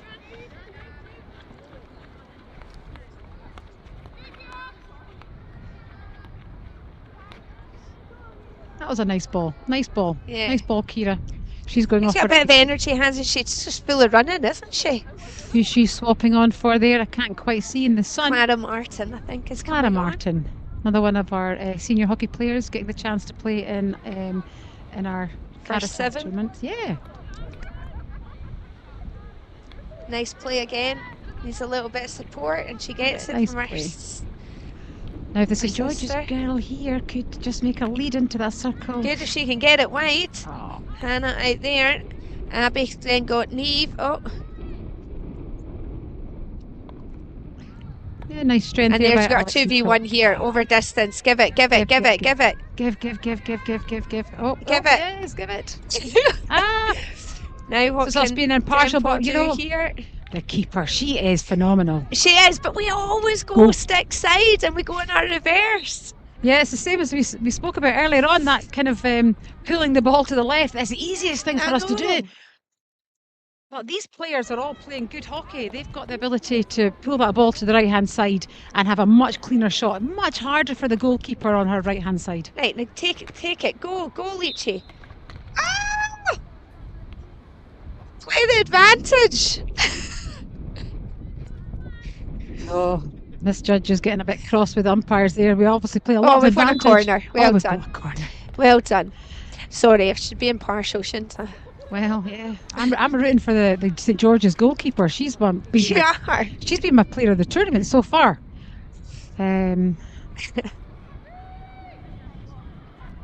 Right, let's see. Have we had a penalty corner goal yet? Oh yes, Herriot scored one back to the injector, didn't they? So let's see if we can get a nice slick move here from George Watson's. Yeah, let's see what magic corner Miss Wilson's been putting through the players through their paces at I training. mean, we're committing here because you've got four on the 5 committing to this corner. Again. So Oh. if they, where are we going here with that? Oh, two Oh. fantastic saves. Sometimes you just need to play a little bit smarter there. You know, So- we're at a tight angle. It's a Yeah. 5v2, and we're going for a reverse stick shot. You know what I mean? And another one. Again. But maybe our players are making the goalkeeper look good. Well, I Oh. think when we yeah. But or should we recognise that their goalkeeper is very good, so we should move it round her? This is Send gonna in your thoughts. Oh, that's quite controversial. So we have the Watsons umpire there signalling for a corner. Oh. So what happened there was from a long corner, both teams must be 5, but the St George's girl engaged just a little bit too early inside that last quarter, and it's an automatic corner. So it is well within the laws of hockey, and hopefully our girls will have learned from the last corner and They can come up with a better executed one. Yeah, see now, Miss Wilson's recognised there. We probably do need to have a bit more cover. There we go. Oh, scramble, well defended again. And here's your break. Oh, no. that's unlucky. unlike number 11 from St George's. She's been playing great, Hannah. It's a shame. Oh, that here our we go. first touch. Here we go. This is Jessica Foreman Jessica against Foreman. Amelia Leach. Oh, well played, Amelia Oh. Leach. Oh, no, she's hit it on her foot. I think Amelia Leach needs new shoes. That's Yeah, the second. Oh, but- do you know well- that is a really smart little lift. The Yeah, weight but- was just a little bit too heavy. I know, but Kenny, I'm going to tell you right now, I'd have been absolutely raging because it hit the St George's girl's foot here, and the umpires thought about giving it and then never. But like I say, they can make mistakes. It's okay. These decisions always level out. I mean, you're working without VAR, then the players just, and to be fair, they just accept it most of the time. That's a nice ball. It's a You can lovely get left foot that. ball. Right, Clara, go on, have a shot. That's not going to beat Mary, is it? That is not going to beat Mary. Good drive. Win another one. Oh, no. That was a shame. Long cover. Gabby Miller, I think, just driving into her own player. It's a difficult situation. You've got to recognise that the player with the ball needs space, so you need to pull out. Let's see if Amelia Leach's shoes can hold up. Oh, here we go. Oh, that's a shame. Anyway, at least her shoes held out. Yes. Yes. Well, maybe our mum's pitch side. We'll maybe just speak to her about getting her some new shoes. Well done. See, yeah, I think that inside ball to Amelia Dempster was on there, but they've still got possession with Lily Thomas. That could be a foul. We'll take that one as well. Yeah, Lily's got a lovely ball carrying position as well. She's got wheels. She's not really had the space to run in this game. Nice composure there. Good.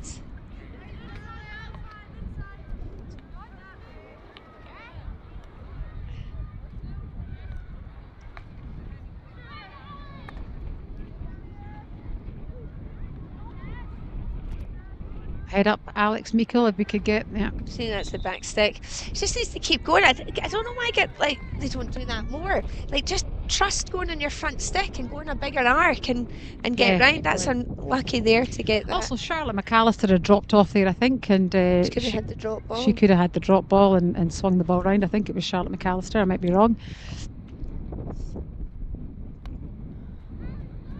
Maybe we should ban dribbling to our left in training. Maybe we should just be practicing driving to the right. Pick the ball up, drive to the right. Here we go. Yeah, just a little bit too far for the Watsons forward there.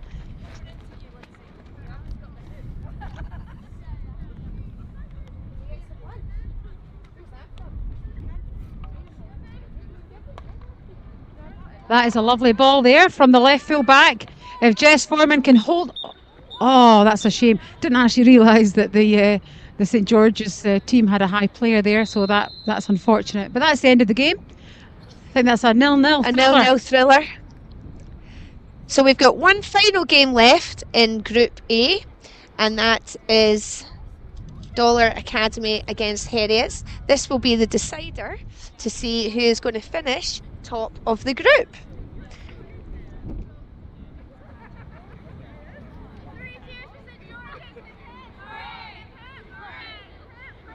We'll see you back here in a few minutes for the next game. A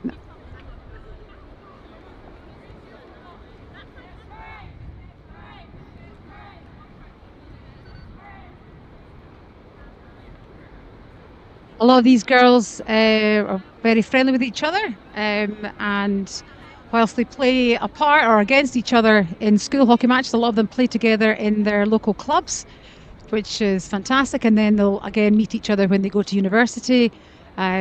So yeah, it's nice to see they've got a good balance of the competitive edge on the pitch, but when the final whistle goes, they're all friends again, and that's lovely to see.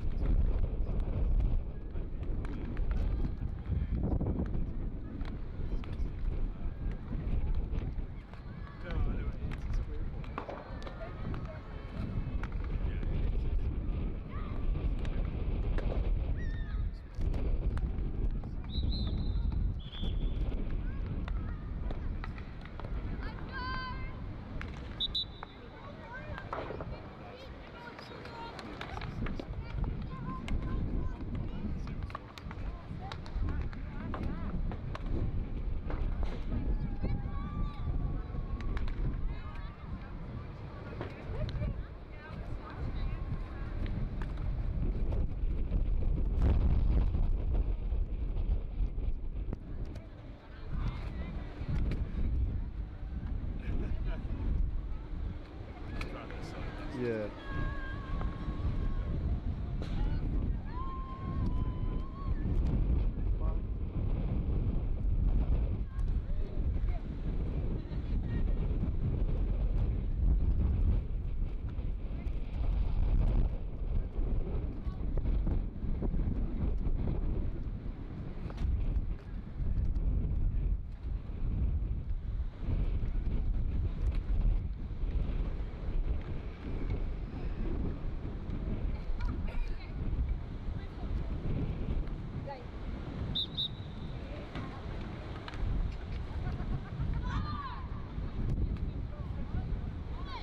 So welcome back to Tipperlin.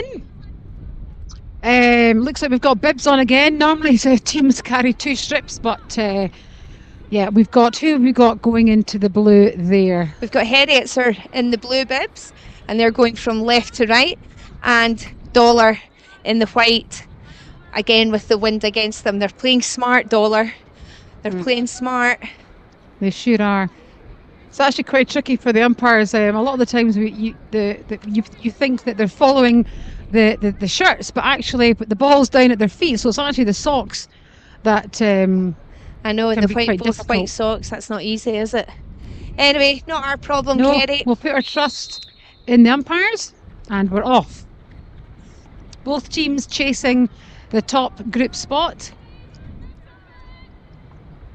Yeah, we might struggle with this one with the numbers. So I know, we will, so apologies. We might just say pink shoes or orange shoes. mhm. But yeah, both teams have scored Well, lots of goals. lots of goals. Yes, I think Dollar are sitting top at the moment. I think they've scored more goals and conceded fewer. So their goal difference is better. So they could afford the draw to come out top, whereas Heriots need to go for the win. I'll trust you on that, Miss Judge.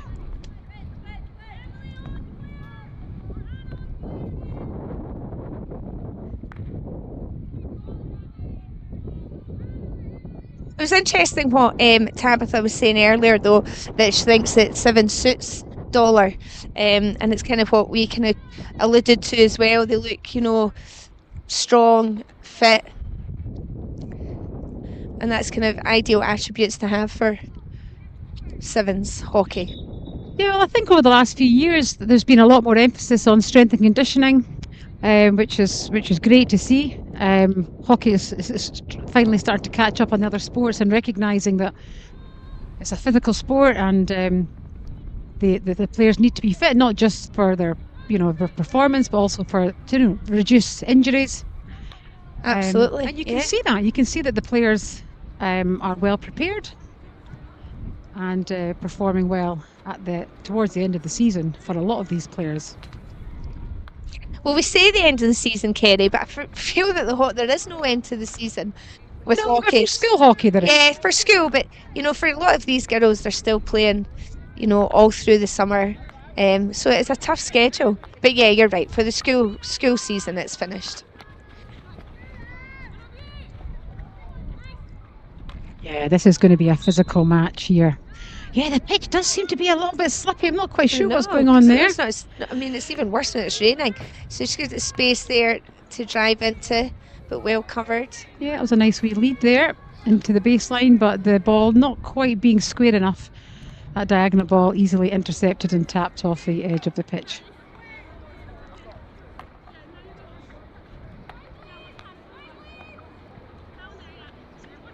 Yeah, Heriots now just building an attack. That's a nice lead there from Tiffany G to pick that up. Good to Sophie Matthew on the baseline, trying to force a corner, and she does. Yeah, I love that change of tempo. Actually, I love that ball that was set really deep, and then we heard the call from the coach on the sidelines, just telling them to make that lead, and that change of tempo from gathering the ball in the middle of the pitch, and then that change of tempo to that kind of smash ball into the circle. But it was a great lead, and as a result, they've won a corner. So first chance now then for Heriots. Let's see what they can come up with here.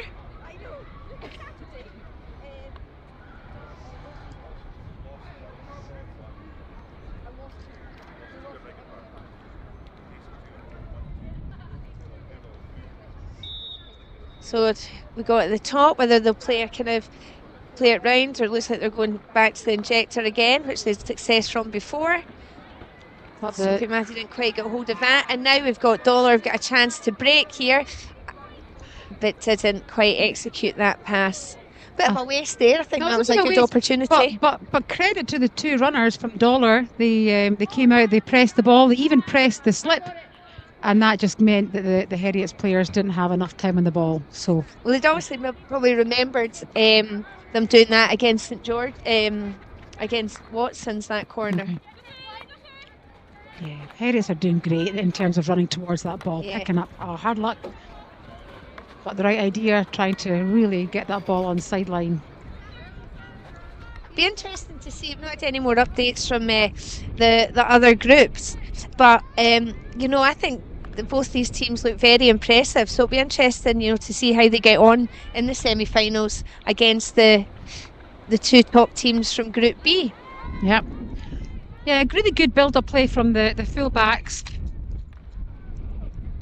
And that's to have the pick for again. for couldn't Dollar. quite Yeah, get that. number 8 Grace Scott and number 10 Millie Castles doing some really good build-up play to swing the ball from side to side. Not quite sure what's happening here. So the umpires were undecided whether it was a long corner or a hit out, and actually Taffy was quite, because if it had been a long corner she would have got the ball, but if it was a hit out she was like, well no, stuff No, that. I like that. Heriots can get the ball, which I like that as well.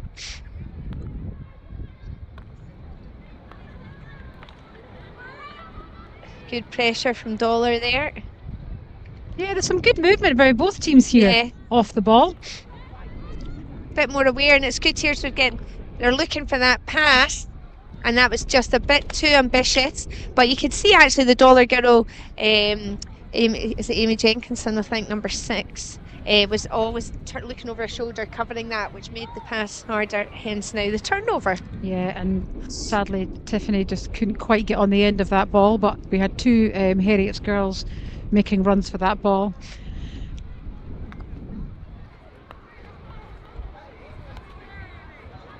Amy Jenkinson just holding the ball up here. See that was a nice bit of pressure, I think, but is that Coco, I think, goes over there? Can't see. Yeah.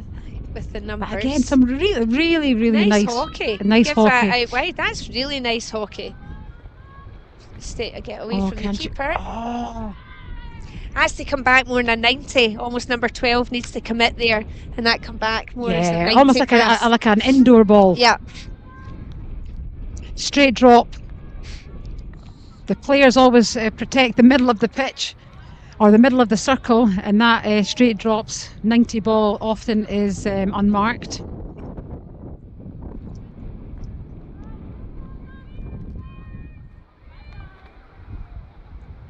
So some sustained pressure here from Dollar, but as we said before, the ball needs to move 5 metres from a long corner, and there it didn't quite go far enough before it was hit in, and the umpire rightly called the foul.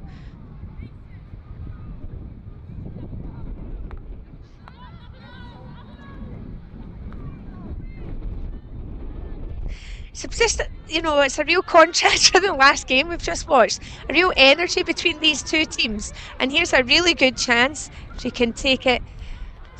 Yeah, I don't mind the shot from the top of the D, but I just feel she went a little bit too wide. Yeah. Again, both teams fully running. Like you And see. here we go. Here we Tabitha, go. if she can get some support up with her, Well, if she needs it. That's good But well pressure. defended there. Mhm. Good pressure. Hard to tell, isn't it? Even the light blue, to look up to try and get your teammate. That's well done. Well done by both teams. Heriots getting back, and the patience from Dollar to retain the ball. Yeah, nice composure there, Imogen. Turning strong. Do you know what turning strong? Yeah. To get the shot away. Looked a tired shot though. It was. Now we've got to work back. Millimeters there, stopping the Heriots player getting on the end of that. Quick substitution. Get some fresh legs on. So lunchtime at Watson's. I was expecting a little bit more support, but maybe if they'd looked to the pitch and seen the Watson's players on the pitch, they might have stepped up and added a little bit of support. So we've got about 5 or 6 minutes left in this game. We'll see what these 2 teams have got for it. If Dollar are happy just to kind of take the draw, or if Heriots are going to push a little bit harder. At the moment it's Dollar with the ball. So looking ahead, Sam, this time next year, maybe there'll be the Caritas Sevens happening at Marside, which the hell will freeze over. That's so What a chance! and the keeper is doing well there. Yeah, so yeah, look at Watson's looking to hopefully put down a new pitch at Marside, which would bring a lot more of the hockey. Unfortunately, yes, we are, Kerry. Unfortunately, it's been paid to some unruly bats that like to live there. And we've got a chance here. We'll come back to that. And it's a goal from Heriots. A bit of a scramble there, and they managed to keep the ball alive and slot that into the goal. But yeah, going back, sorry, to the pitches. Yes, we were hoping to get them down in the summer. However, that process has been delayed, and it will maybe start this time next year. That's a shame. But there's still all in the pipeline, so we're still hopeful. But yes, there's Yeah, I just believe actually that does the groundsman has actually mentioned that to me. The bats need to be surveyed. yes. They need to know But where they're they are. hibernating They're at the moment. hibernating. So there's only a few times in the year apparently that a bat survey can be That's completed. good change of She's pace a there. lovely ball carrier. Very nice. Ah, now with the But keeper. then there's no wide lead, but that was very nice from Amy Jenkinson there. And nice there again, good. Win a corner, and well done. That's a good upgrade.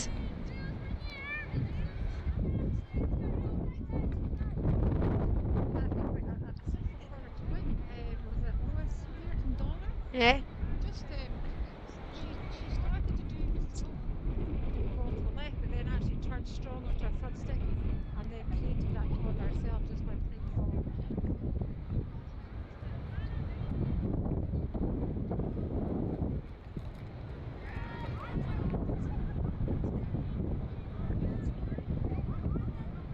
Let's see what Dollar can do in this corner. quite Can a they lot get the up here. equaliser?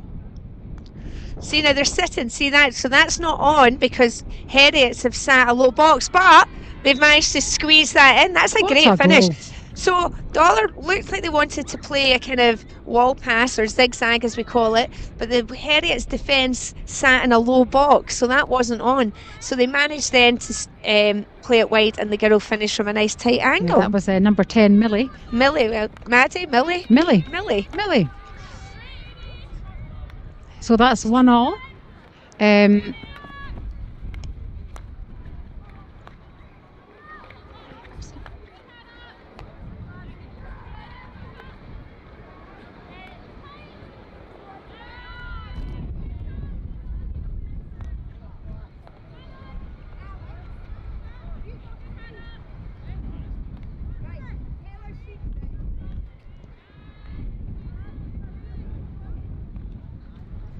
Yeah, it really is end-to-end stuff here. Both teams equally matched, which is why you'll see the footage going from one goal to the next goal. The score is currently 1-1.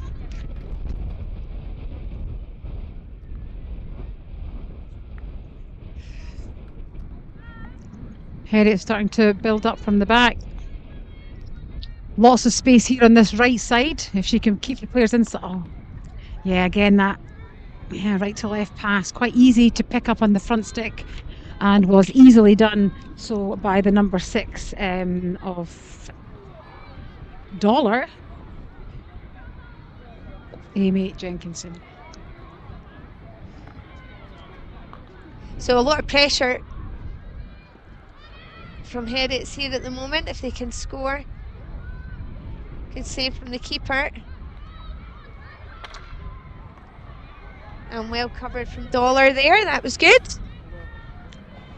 I think there's maybe just a couple of minutes left in this game.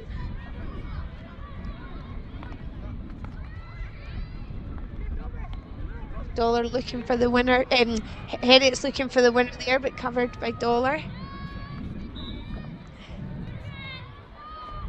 Don't think there could be long left. This could be the last chance. This is to try and tense get an times. upgrade. Oh, that's a foul. Oh. No? Oh, well defended.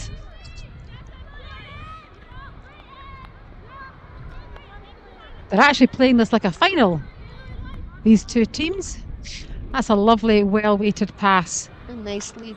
Yeah. And that's the final whistle, so that's 1-1 there. So I think, if I'm correct, I think Dollar will go through as winners.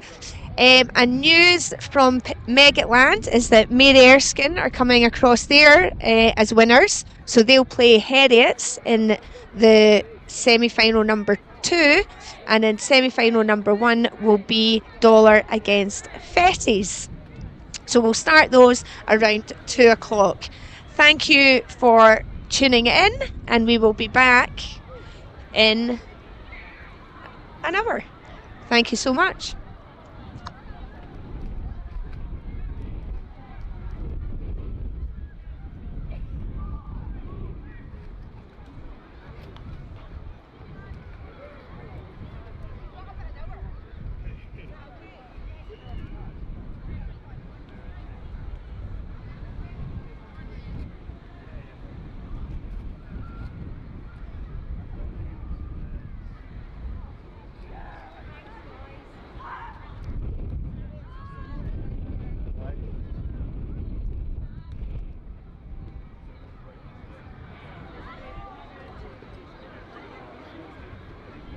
Oh.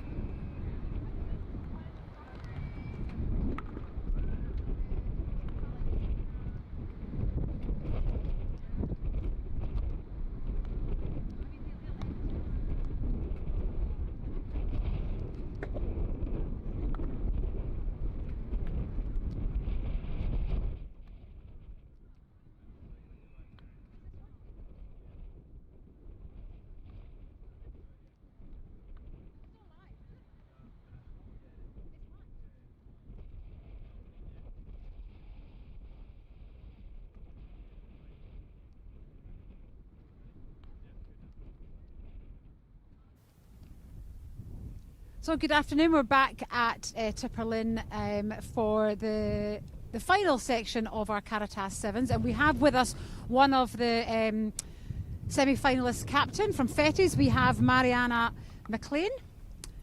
So Mariana and the Fettes team were competing at Megaland, so we didn't actually have the opportunity to watch them play this morning, but we're really excited to see what they bring to the semi-finals later today. So Mariana, how did this morning go? We started off not on a great. We lost against MES 1-0. It was a good game. We had lots of chances. We just didn't score them. And then we had Watson's Bees, which we won 8-0. And then we had a good game against EA where we won 1-0. So the games that you were winning, what kind of things do you feel that you and your teammates were doing really well? I think like our small unit play and making 2v1s around the pitch and just passing it around, not holding on to it too long really worked. We got a lot of joy out of that. So you've actually scored a lot of goals. You put, I think, 7 or 8 past the Watson's B team. Who's your top goal scorer for today? Oh, maybe Izzy Aird. She likes to hang around the D and she's good at getting those last touches in. So we'll see a lot of her today, maybe. She's a bit of a poacher.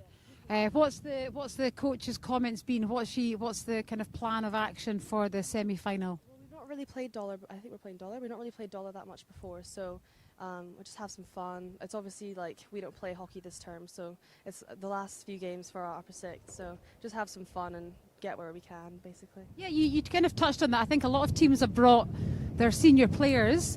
And is that what you've done today? Are all your players upper six, or do you have some youngsters? Well, we only have like four upper six in our team, and the rest are younger, and then we've got a few others at the fives. But yeah, this is the best team we have here today. We've got a sixes tournament for lacrosse, so a few girls are there as well. So not our full team, but we're fine. We're fine. Amazing. Thank you so much, Mariana, and good luck for the semi-finals.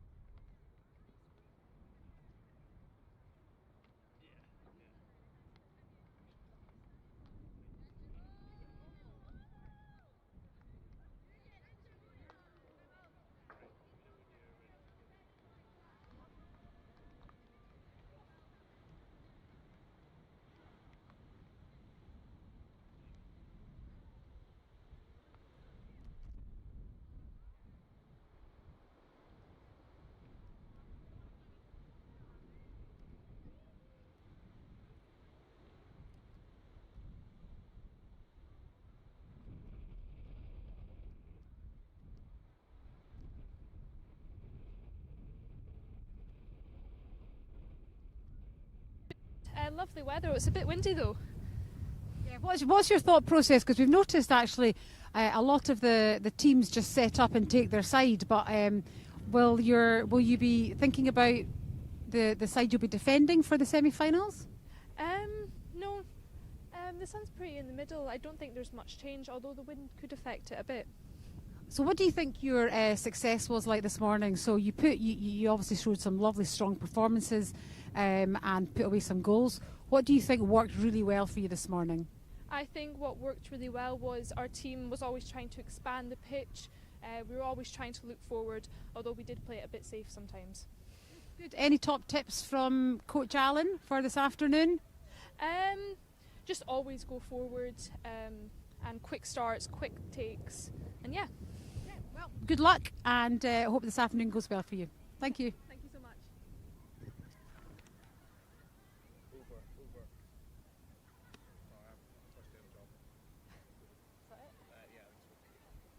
Thank you so much, guys. First day on the job.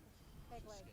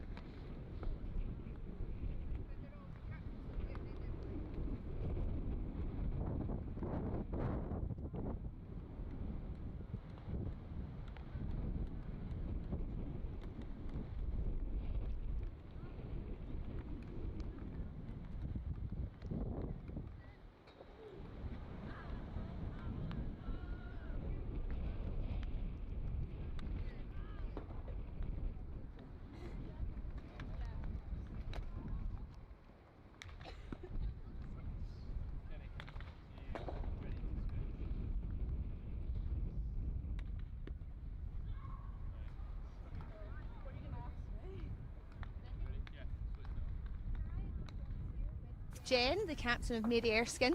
Mary Erskin were in Pool B, which was played over at Megatland, and they've just come across. How was that for you, Jen? It was a really good set of matches, and I think everyone worked really hard. And it was just set as a good fun day, and we're looking good to have good match. Well, that's good. No, so your results must have gone well since you're through here as the group winners. So having fun seems to be the recipe for success. Yep, seems to be. So now you're going to play Heriots in the second semi-final. How are you feeling about that? I mean, Heriots seem like they have good play, and they've had a good set of results, I think. So it'll be a hard match, but we'll just see what happens, I guess. Well, good luck for your game, and I'm glad you're enjoying yourself, even in these blustery conditions. Thank you. Thank you.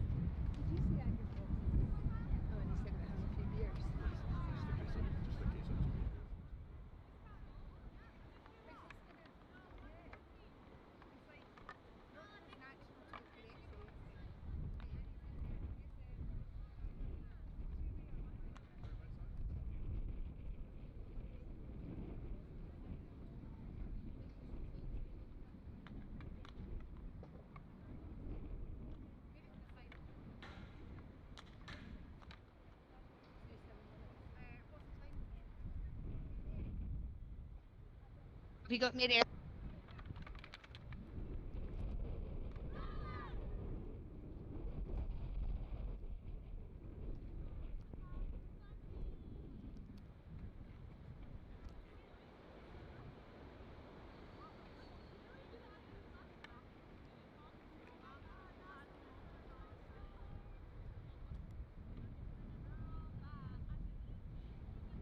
And welcome back to George Watson's College, the Caritas Sevens, proudly sponsored by Kitchens by Nick McNally.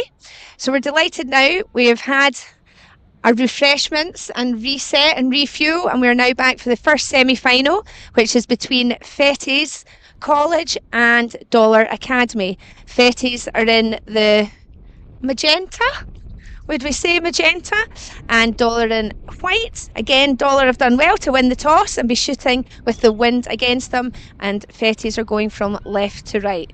So this is the first sign that we've seen of Fettes, Kerry. So it'll be nice to see what they're like. Yes, they had a really successful morning actually, and they're quick to attack. Here's Mariana, the captain.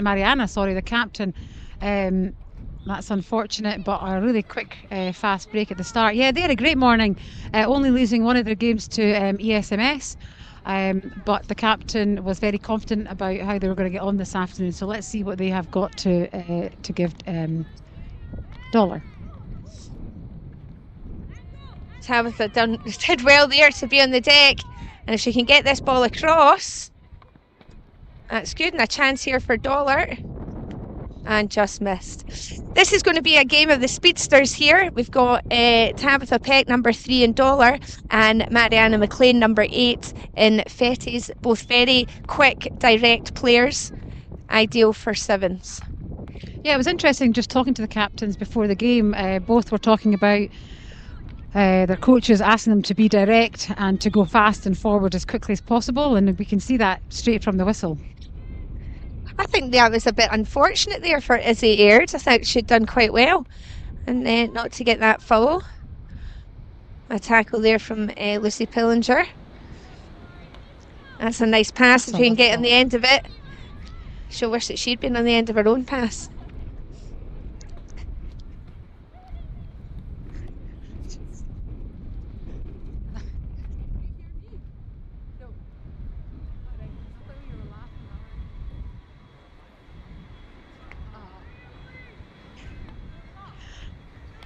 Nice spread out game here. I was going to already. say, it's Yeah. quite I thought they were pressing high there, Fettes, but then they didn't really seem to move.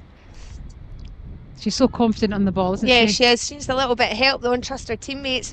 She could just do that. But again, there's that battle we were talking about. Mariana managed to steal the ball, and now Fettes got an opportunity here, 2v2. Hard against nice. the wind though, really It is. tough. Well, I put that question to the captains about the wind, but I don't think Fettes knew how windy it was up here at Tipperlin. I think they've been a little bit sheltered down at Megaland, but they've had a good rest and they will certainly give it everything they've got.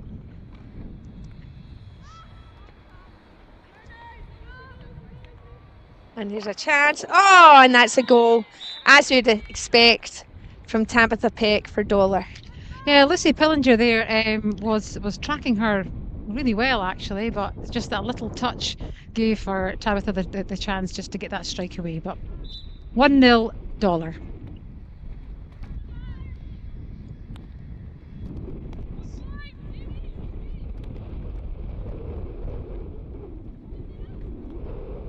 It's early ball, yeah, and you want to open it out.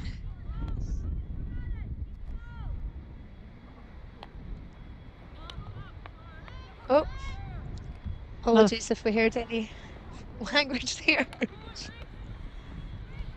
That was unfortunate for Mariana. She does such a good job of, carrying the ball, making the meters, but just over carrying, just a fraction too much. Should have released the ball just a little bit earlier. She had a couple of forwards high sitting on the baseline, but she's worked hard in trying to get the ball back. Doesn't quite seem the energy that I was expecting actually for the semi-finals. There's that ball we were talking about over the top. Such a threat, an advantage to have in sevens, and such a threat. But that's a swing and a miss. But yeah, if you can have that ball over the top, it is such a good weapon.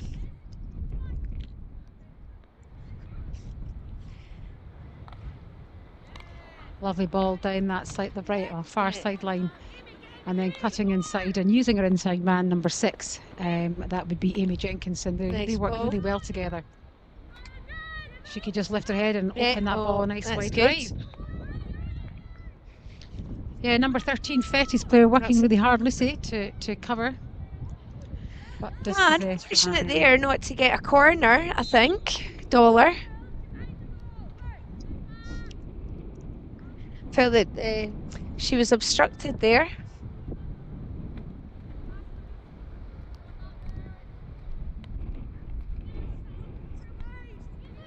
Well, here's a real chance if she can play that, Izzy.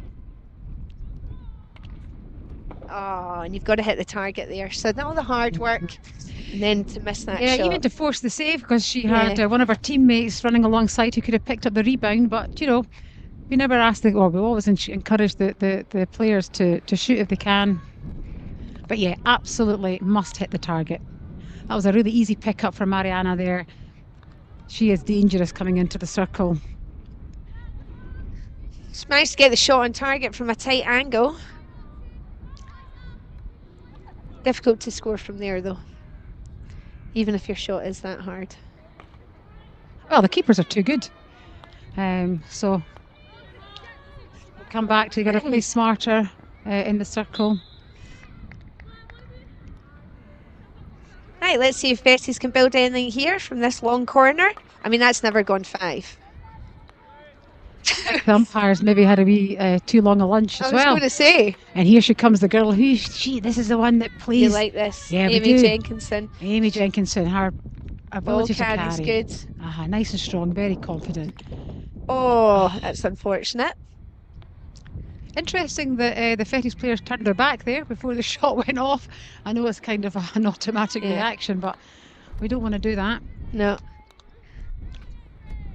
Well picked up. Well recovered there. Nice touch. Lots of space open on the right hand side here if she can ping that over. Well read and intercepted by Fettes. Yeah. Now here we go. Very confident. 3v1. Lovely. And the keeper has read that really well. And defence have got back there well. I almost think what they could have done there, because the Fettes girl was so close to the keeper dreaded it, she could have just laid that back to Mariana and she would have had an open goal.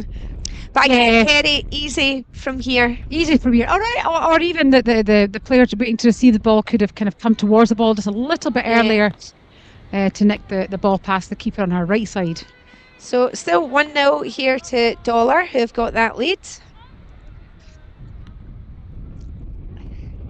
Again, a little bit slower pace than I was expecting from the semi-finals. Yeah, they started quite strong. But, you know, hoping to make the passage just a little bit more clinical. Yeah, Fettes look dangerous on the break. They have. Yeah, very selfless hockey there because... very, yeah. And there it is. There we go. Keeper did well initially there, and then the Dollar girls didn't quite manage to clear their lines, and Fettes did well to keep the ball alive and to equalise the game. I think that was Lucy Pillinger with the equalising goal. Yeah, I think when you've got a really strong and fast moving forward or midfield player like we do in both of these teams, they can sometimes get a little bit frustrated and want to do all the work themselves, but they absolutely cannot do all of the work themselves. And we saw there Mariana, the building up the play there, but offloading the ball I mean, to you somebody. see you can't do the work yourself, and now we've just got... Well, I know. it's tough. It's tough. It is tough. You're right, but I'm wondering what's about to happen right now. A long corner. Yeah, they need to trust the players They around them. absolutely do. It's nice to have a player like that. That must have been you, Sam, in those days. Were you the goal scorer or were you the score builder? What do you think? Well, I was goal scorer and then latterly became the assister, I think. The goal builder. Goal builder. Number 12 from Dollar protecting the ball really well, just getting a bit of patience and to give our fullbacks a little bit of time to reset. But she just reads the ball too well. She does, but then maybe the ball just wasn't quite. But look at the ball carry. Like, it's so good in front of her here. But what are we going to do here? Pen. Yeah. That's great composure. And you can see it, and it's almost hard because you've got so much time and so much can be going through your head in that short space of time. You know what I mean? Your mind just races. And for her composure there is excellent because it's up against a very good goalkeeper. And just to move her. So Fettes have taken the lead, so it's now 2-1.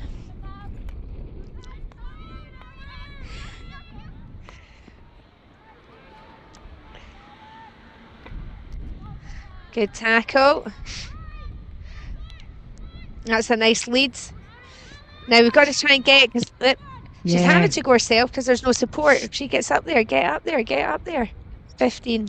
Again, number 13 from Fettes doing a great job there, just tracking the ball and getting it safely outside. Yeah, we can hear the Dollar coaching team telling the Dollar girls to get up to support.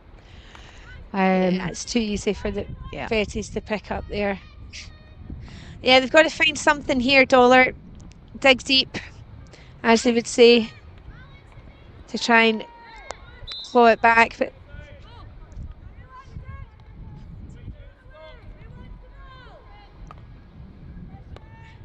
now you can put it in. Now we can change it. That was a ball. lovely pass. But yet again, I know. the Fettes defenders are there strong and they managed to get it to their Super Bowl. She recognises though, if I run here, I'm on my own. So she's just holding up play a little bit and probably a foul in there. Yeah. But to be fair, I think Dollar probably should have had a corner earlier on. The Fettes girl's shoe came off in the middle of the circle, and I think number 13, Lucy Pillinger, she's got a tough gig there. She's having to track Tabitha all the time, but she's doing a great job so far. Yeah. Just making it, giving her less time.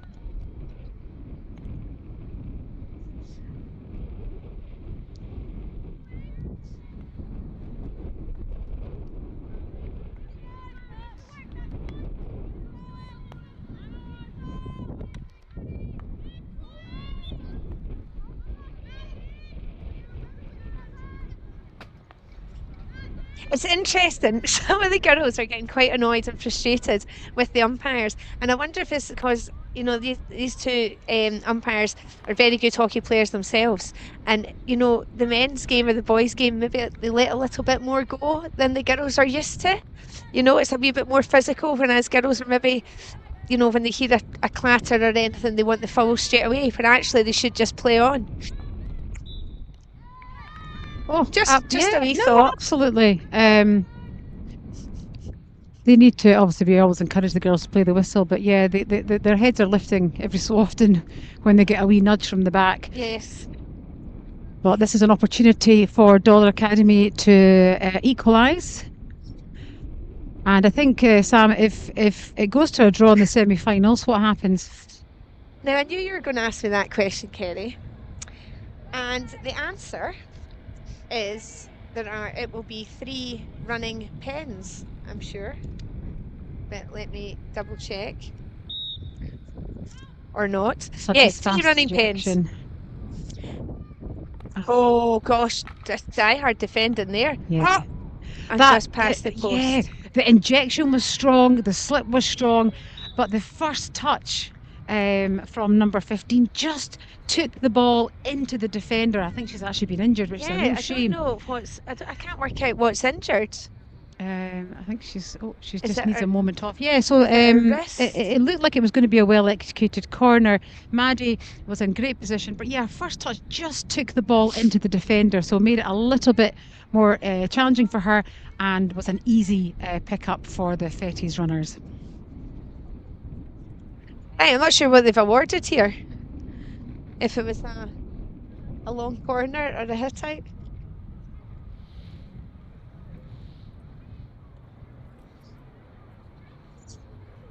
So time has been stopped. Hopefully, I think it's Izzy aired. Hopefully she's okay and it's nothing too serious. If it's her hand or her ankle or... I'm not sure. So we can hear from the umpires. There's a minute left in this game. And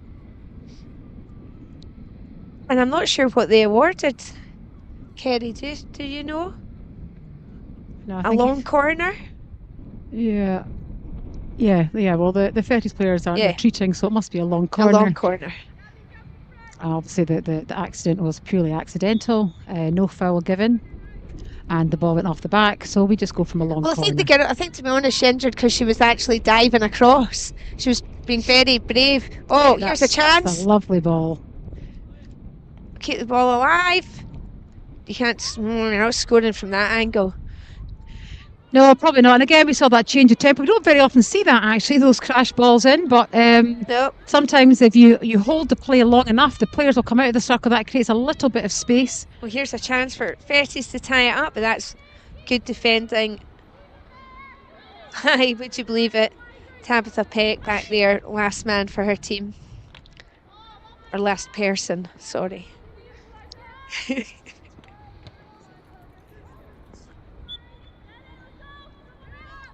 Right, well, Dollar Academy have got about 30 seconds to either win a corner, get a goal, do something here, or Fettes look like they are progressing to the final. They will be quite happy here just to run the ball off the pitch, and there we go. And there it is. And there it is. So a strong start from Dollar to get that opening goal, but then Fettes then had a few chances before they finally broke the equalised with Lucy Pillinger, and then a great solo run from Mariana McLean to get the winner. So thank you, Kerry, for that, and we're going to await Mary Erskin and George Heriots for semi-final number 2. We'll be right back.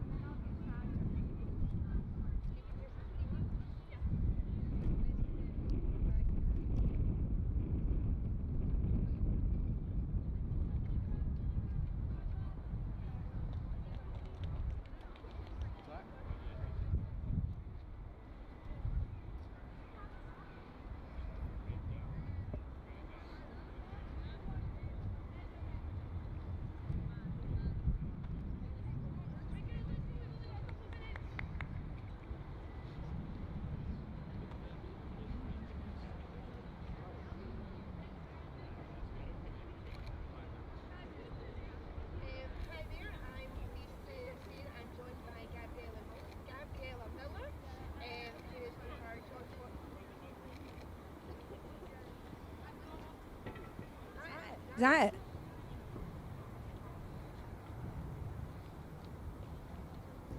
Okay, I'm delighted to be joined now by Gabriella Miller. She is one of our George Watson's hockey players from the first 11 and Scottish Cup winner. 2 years in the bounds, Gabriella? Yes. Excellent. Which one was more special? I think probably this year, because obviously last year we went to running pens, so it was a bit like stressful, but to win in like normal time this time was a lot like more special. Good. Now, this is thoroughly deserved for you, Gabby, as you have been a Watson's pupil since nursery or P1? Nursery. Excellent. And how have you enjoyed your hockey through the years at Watson's? It's been really, really good. I've just loved all the different opportunities, like all the different tournaments you get to go to, and like just everything about it. It's good. Do you remember your first tournament? Would it be P6 maybe? Yeah, I think it was dollar tournament. Yeah, that was fun. Well, thank you. And who you think is going to do well here in the final at Caritas? I think we played Heriots, and they're definitely a very trained sevens team, and they've won quite a few tournaments so far with the sevens, so I think they've got a very good shot at winning. So if you're a betting person, let's go with Gabby and we'll go Heriots. Thanks very much.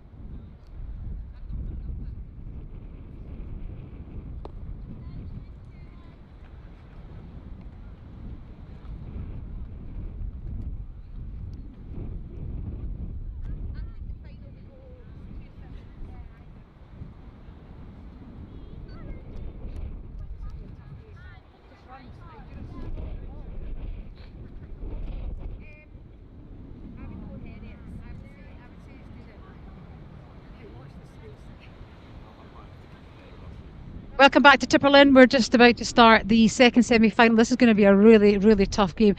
I think what's hard as well is when you play against teams that you're used to playing, it can either end up being a fantastic game or it can be a bit messy.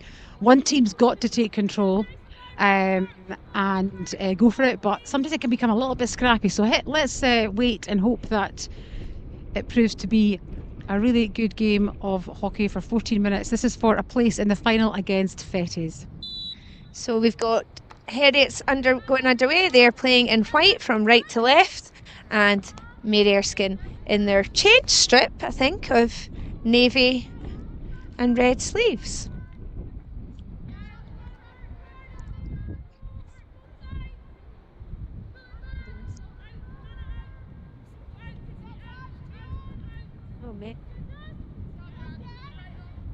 So Heriots look like they're sitting off, giving Mary Erskin the chance to bring the ball forward. That's a nice ball into space there for Jasmine Mather. And picked off there, this is their captain, Jen Kane, who we spoke with earlier. And that's a great ball in there. And what a turn, a nice finish there.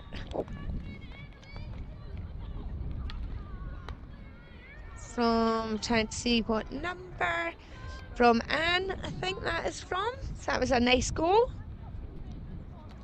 Very composed, good finish, yep. Yeah, because she still had to beat the keeper. So, yeah, Anne going round on the keeper's strong side. So a good goal and a great start for ESMS. Yeah. Nicely intercepted and picked up by the captain, Jen. Kane, see what she can do again to her nice ball. Having spoken to her earlier, said, we're just wanting to go out and enjoy and have a bit of fun today, and that seems to be working very nicely for them. Oh, that right was a idea. shame. But she's kept Picked the ball. up, see if she can have a shot. Good, try and get that shot off. See if we can keep this in. If that's Coco can keep this in, play a nice ball. Oh, that's It's a unlucky. shame. Her and Tiffany have been working really well together, actually. Moving the ball side to side, actually making leads from left to right. I often think that Lily plays on one side, and then the next thing you know, her bright orange shoes ping up on the other side. So lots of running being done by both of these players today. Yeah, like Mary Erskine, they're setting a nice wide outlet here, making the Heriots players think about whether to chase the ball or just to stay in the press. She's just holding the ball here. What's she actually trying to do here, Sam? Well, I think, she's probably trying to force Heriots into kind of coming out of their shape. But obviously they're also 1-0 up, so they don't need to, they can just keep hold of the ball. I would give a corner. Oh! Wow. I thought that was a foul there from the Heriots. Anyway, who am I to know? And again, there we ball. go. And then we've got Sophie Matthews chanking it into the back there. They could have got that ball early. She was coming into the back circle. Yeah, they're keeping possession really well. Oh, that's unfortunate because actually the Heriots girls did a good job there. They chased into the circle, then they pulled out to create the space, but all of them pulled out. Nobody was left in the circle for that ball coming in. So that was a shame. That was probably a missed opportunity. But, they'll just reset, rebuild and chase the goal. Yeah, now we can see there, Heriots have now stepped up, but that just takes, you've got to be a little bit more balanced because she was easily eliminated there, the Heriots forward. Good jump back from the captain, Jen Kane, after losing the ball. But that's a risky game, isn't it? It's early on. It's early on to be trying to just keep the ball. That's kind of what we talked about, thinking that you can do it all yourself. She had two players, she had her full back and one of her half backs sitting there. But then they did get a shot away. Unfortunately, that was a back stick.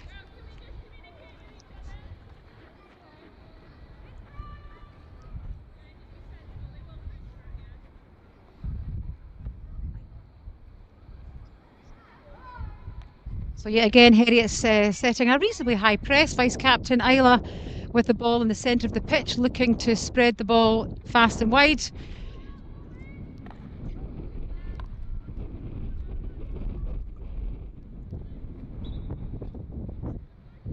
Heriots looking just to pick up the pace here and pick up the tempo. So they're obviously chasing this game. They're wanting to take things quickly.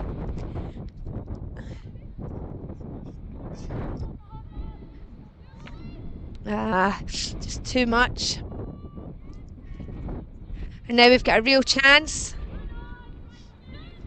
Yes, we've got Jen's carrying the ball. We had two forwards going up with her, Ellie on the left forward and Anne up there with her, but she just overcarried just a little fraction.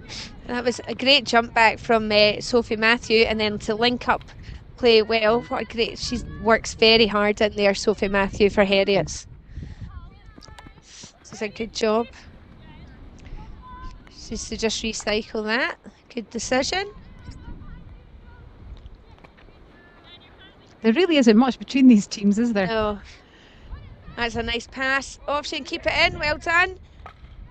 Oh, well defended. Good tackle there by Ellie. Well read. Nice and low.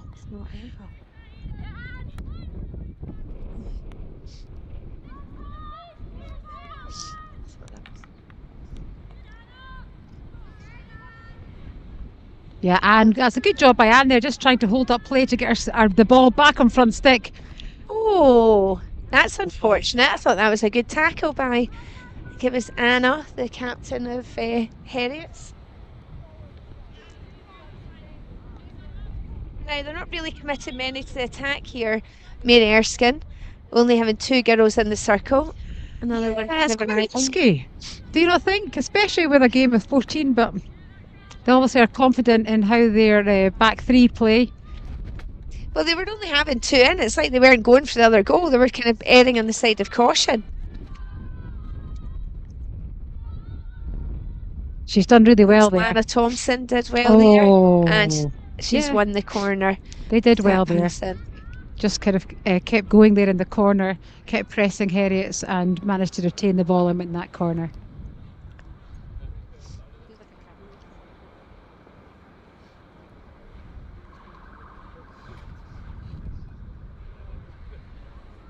this could really seal the game. I think if MES could get this goal, that would be very hard for Heriots to come back from this, I think. Yeah, agree. So we've not seen a corner yet from Mary Erskine.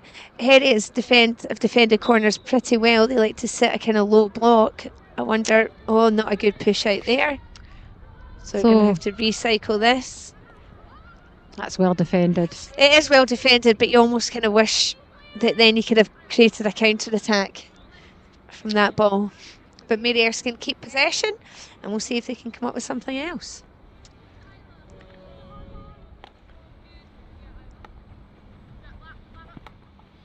Transferring the ball there again. Oh, Lana Thompson's dispossessed. Here's Sophie Matthews. The other girl can just keep going ahead. Who's that? Oh, well defended by, number 9, Isla. Very good. Actually, if I remember rightly, last Friday at the cup final, at 11-a-sides, Isla had a very good game, actually. If I remember number 9, if she was playing number 9. Another chance for ESMS here. I'm not quite sure what the decision was made, but the coaches at the side definitely thought there was a corner. Well, one coach certainly did. So we need to get a better injection here from Mary Erskine so they can create a good opportunity. Looks like they might be a bit undecided what to do. And they don't have anybody back, so I presume... Oh, now... Oh, one's going back. That's good. It's not nice being that one that goes back though. No. That breaks. That's Jojo Hurst that has gone back. Yeah, change the injection. Oh, now, yeah, interesting. She does that. And do you know what? She did that on Friday in the cup final and actually scored from it.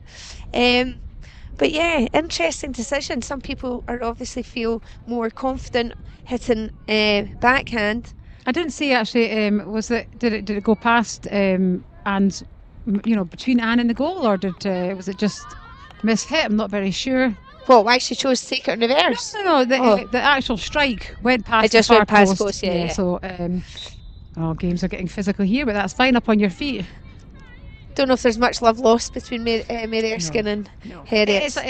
It's a friendly rivalry.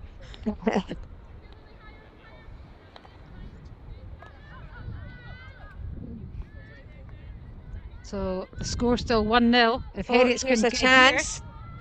She's got a 2v1. Can she slip it to the keeper? Oh, that's no. a long corner though. I don't know if they saw that. Oh, I thought it maybe came off the defender. Well, I don't know the way the Heriots girl was running back. I think maybe not. That was a real chance there. It was in two minds, I think. Not sure what to do. Yeah. Nice ball. Good ball pace. Good. Now you've got to play. Now she's got to go. Go with her. Go with her.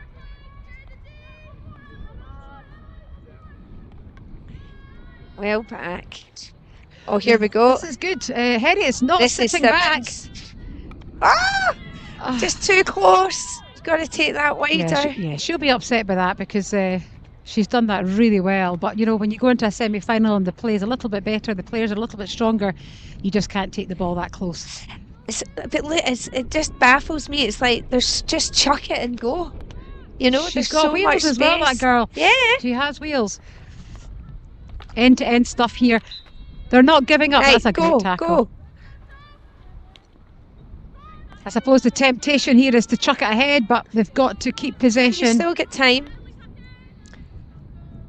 That's a good lead and a well-weighted pass, but good jump back there from the captain, Jen Kane, for Mary Erskine. And I don't think they'll be in any rush to get this ball. Well, I wouldn't be. Yeah, that's tournament hockey for you, isn't it? When you've only got a short amount of time.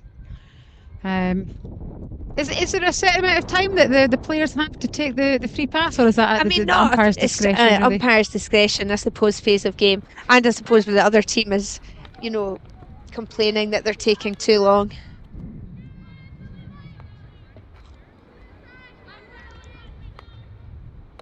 It's good to see though that both teams are kind of keeping their shape. Yeah, still trying to play good hockey. She can This get on is the end good, of it I and get a know. nice touch. This could be a dangerous position to be in.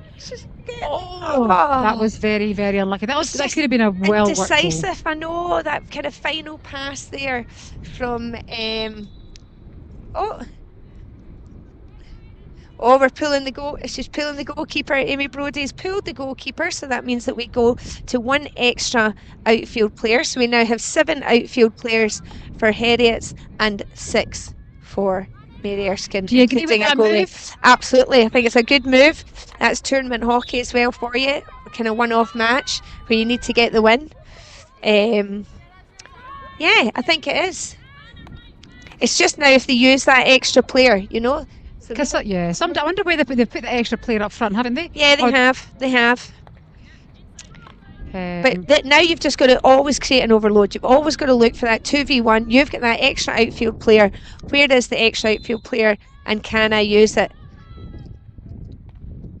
Yeah, because for a team that don't know how to do that properly, That's a can. corner. Oh dear. Yeah, sometimes it can congest and it can be a bit confusing. They're not used to having that extra man in that space. But actually, going from 11 to 7, they're used to having that extra player. Exactly.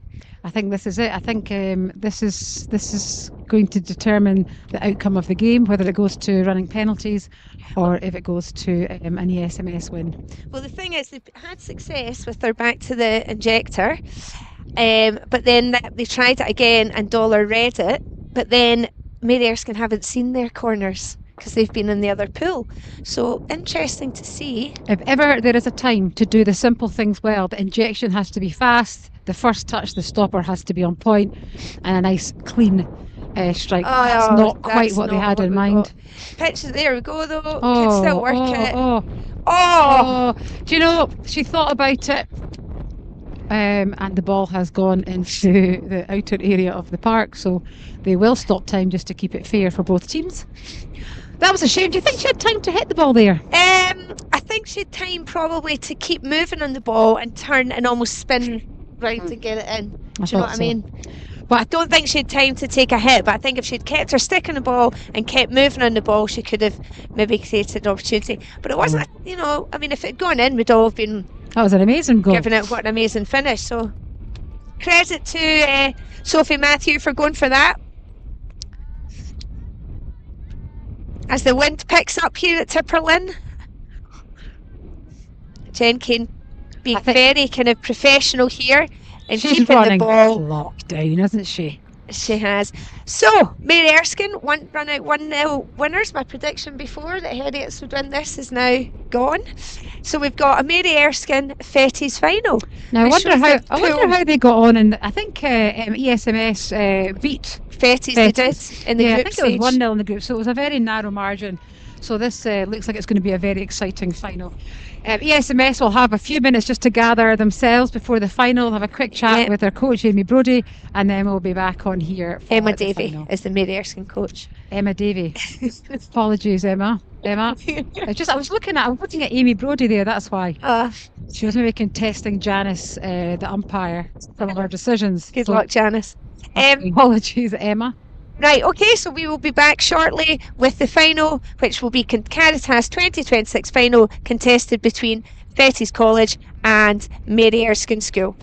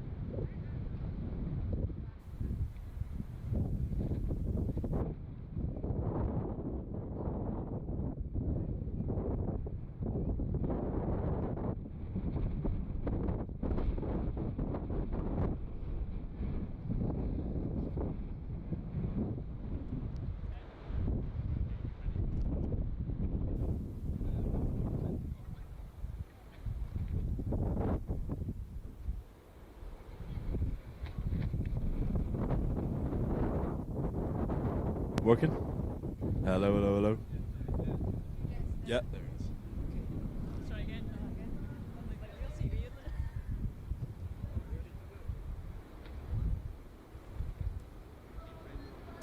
So we've got a short break and short interval between the semi-final and the final between ASMS and Fettes College, and we are now joined by Emma Davey, the ESMS coach, just to give us a short bit of feedback on how her team played in that semi-final.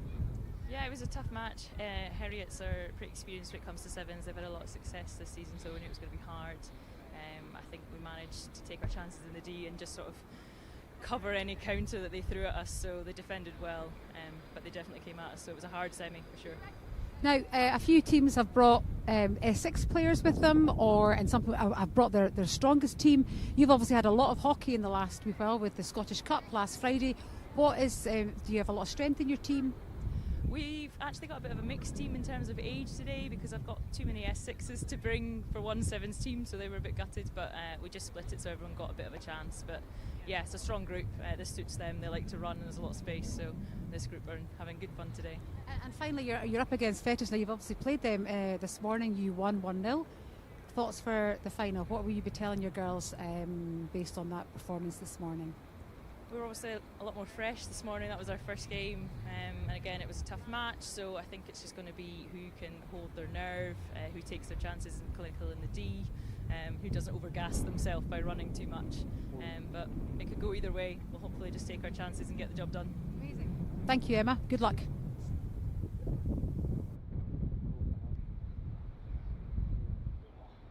Especially if you're high on the second and training for like a while.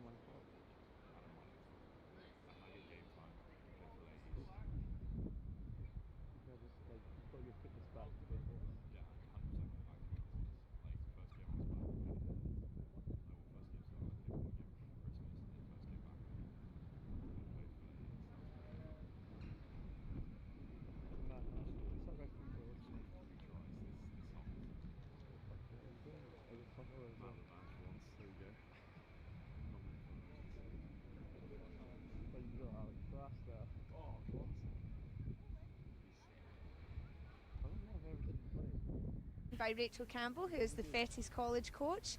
Fettes are about to play Mary Erskin in the final of the Caritas Sevens, And you've already played them before in the group stage, Rachel. So how are you going to approach today?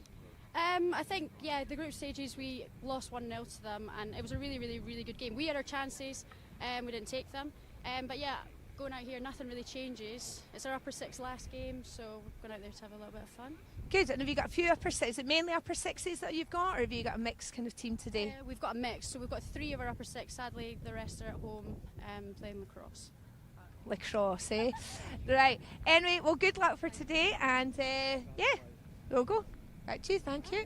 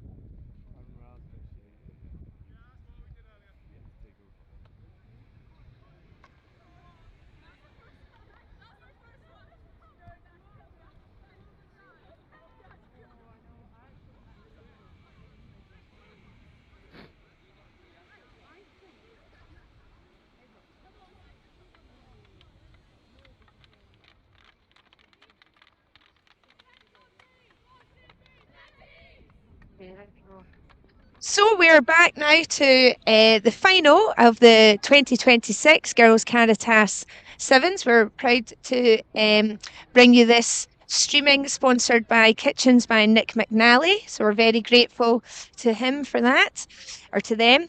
And so we've got Fettes College in the magenta. They are going to start this game playing from right to left against Mary Erskin in the navy. The difference for the final compared to the other games is that we're going to play 2 halves, 2 7-minute halves, which I think is a little bit fairer as it is very blustery here at Tipperlin. So both teams get to play with the wind. Or without. Or without. Depends which way. Exactly. Yes. Both these teams met in the group stages. Mary Erskin came out on top, 1-0. But as we heard from the Fettes coach, it was a close game. Both teams had chances.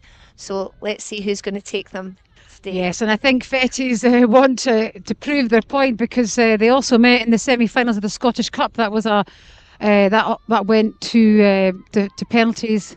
Sadly, they lost out on that occasion. So that's 2 wins to ASMS. So Fettes will be hoping to make this a win for them. Mariana McLean there, but couldn't quite clean it. It was well read by Jasmine Mather.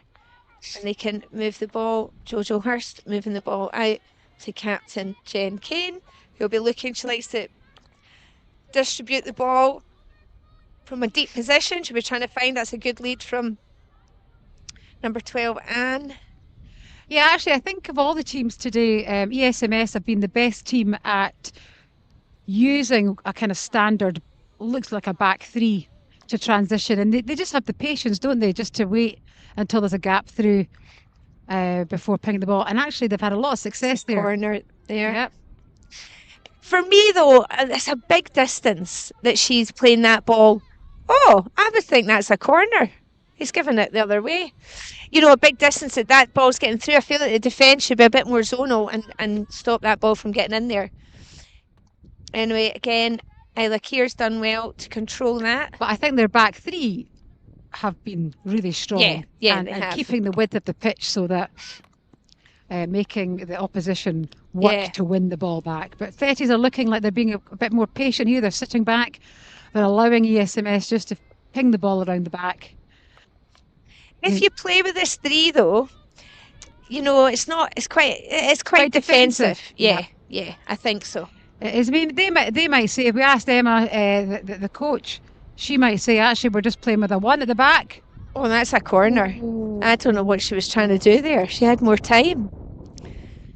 Sorry, what did? Yeah, sometimes I would say that, she might say, actually, we're only playing with one defender, and these kind of half-back situations, they're sitting to just create the width to help the midfield, and it gives a little bit more freedom then for the forwards just to make a lot of movements up front. Yeah, which you could do that, but then that's a shift for the two wide players. They've got to get up and down that pitch, and I feel like they're maybe because it's the last game, they're a little bit tired, so being a bit more on the conservative side of it.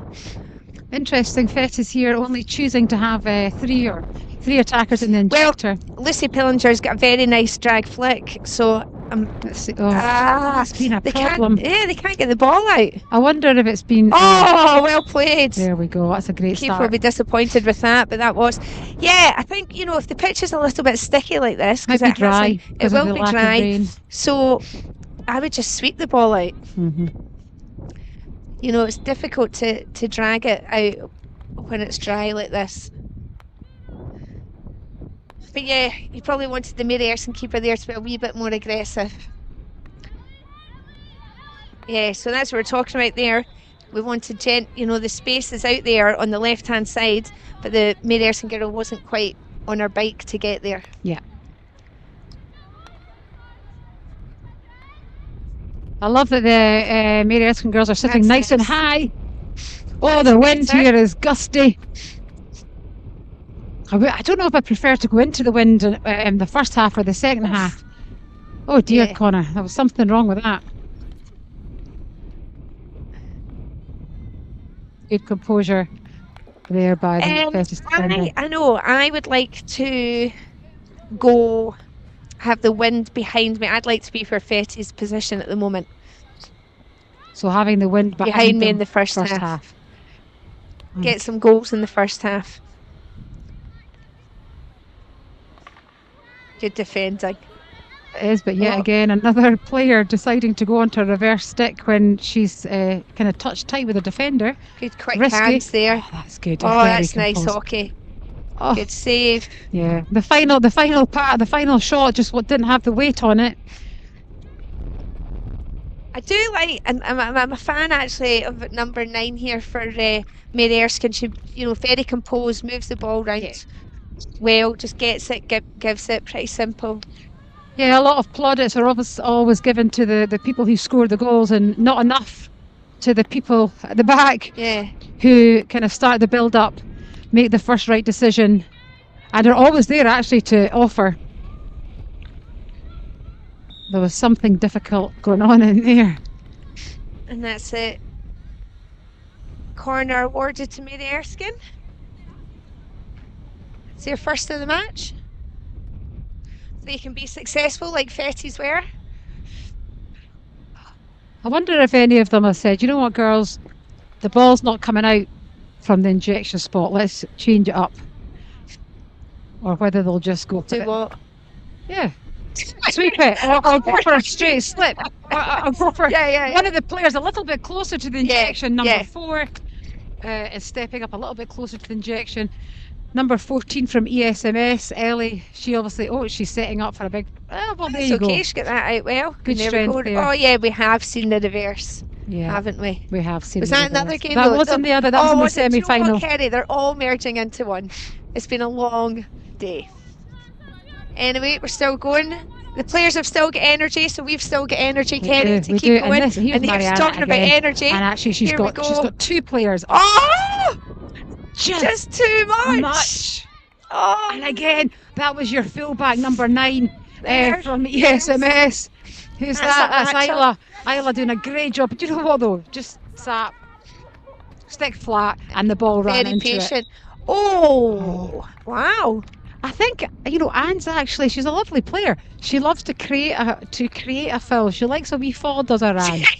So, and as an umpire, you've got to work out, was the fall as a result of her clumsiness, or was it a foul? Yeah. She's like one of these things you just...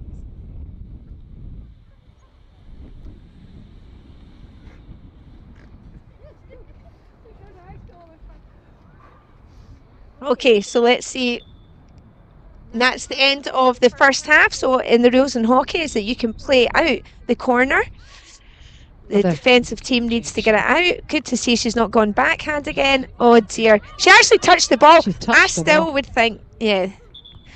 So, any confusion there, if you swing and miss the ball in anywhere, basically on the pitch. In a position of danger. And it's going to maybe be a bit of danger, then it's a foul against you. However, Jojo Hurst, I think it was, managed to tap the top of the ball. I still think it was slightly dangerous, but I'm sure the umpire will say, well, she did touch the ball. One of these kind of contentious, is that the word? It is. It's one of the, I think, one of the situations that's badly umpired, actually. And if we speak to FIH World Umpire of the Year, Sarah Wilson, later, she'll maybe give us a little bit of insight into this. When players swing and miss, if nobody's in their way, it doesn't matter. Yeah. Just play on. Exactly. Yeah. So, yeah, I think let's ask her later on. We'll ask her later on about that. We will. So we're just going to have a minute here for half time. The score is currently 1-0 to Fettes. They scored from a penalty corner, and we've got 7 more minutes to go. Fettes will now play from left to right in their magenta, which has been confirmed by their Director of Sport, Becky Mill, which I'm pleased messaged me to say, yes, I was correct. It is magenta. Thank you, Becky. It's actually interesting when we spoke to the captain of Fettes. They actually don't play hockey this side of Christmas, so it's fantastic to see that they're obviously so athletic that they can make that transition between lacrosse and other sports that they decide to play in this term, but that their school allow them to come to these tournaments, and so far I think they've done a great job. Yeah. Rachel, their coach, also said that they actually had quite a few players away at a lacrosse tournament, so this perhaps isn't their strongest team, but they're doing very, very well as we speak.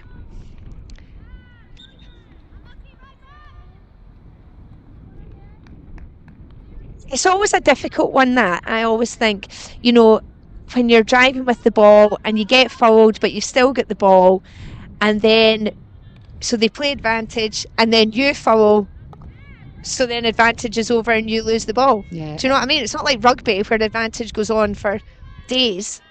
Again, we'll maybe ask that question of Sarah, how long is long enough? Yeah. And I suppose if you're deemed, if the initial foul deems that you then foul, I suppose it would go back, but it doesn't. It never does. No. And it annoys me, because I'm like, well, I'll take the first foul, thanks. And they're like, well, we're playing advantage. Well, it's not an advantage. Anyway, bugbear that's for a me. Question for the umpires. That's not a corner. Yes, Good. again, I think Anne was trying to orchestrate a corner there. Well, maybe catch up with that. She does a great job in there. She's been watching football too much, maybe. Yeah, trying to win the foul, let the ball run off. But here's the number 9 again from USMS, just controlling the ball pace at the back. And there she is again. She covers that area really well. Good try. Yeah. She's a smart player, knows where the space is, leads into those spaces. Who was the Fettes that was defending really well in that Lucy Pillinger. Lucy Pillinger. Number 13. I mean, she's been marking some really strong players, so she's done a great job. Yeah, and she's young, I think. I think she's only maybe 4th year. I don't know I'm trying to think what they call it. Upper 5. Oh, that's unlucky. She does like her reverse, does Jen Kane, doesn't she? And quite rightly so. It's a nice reverse.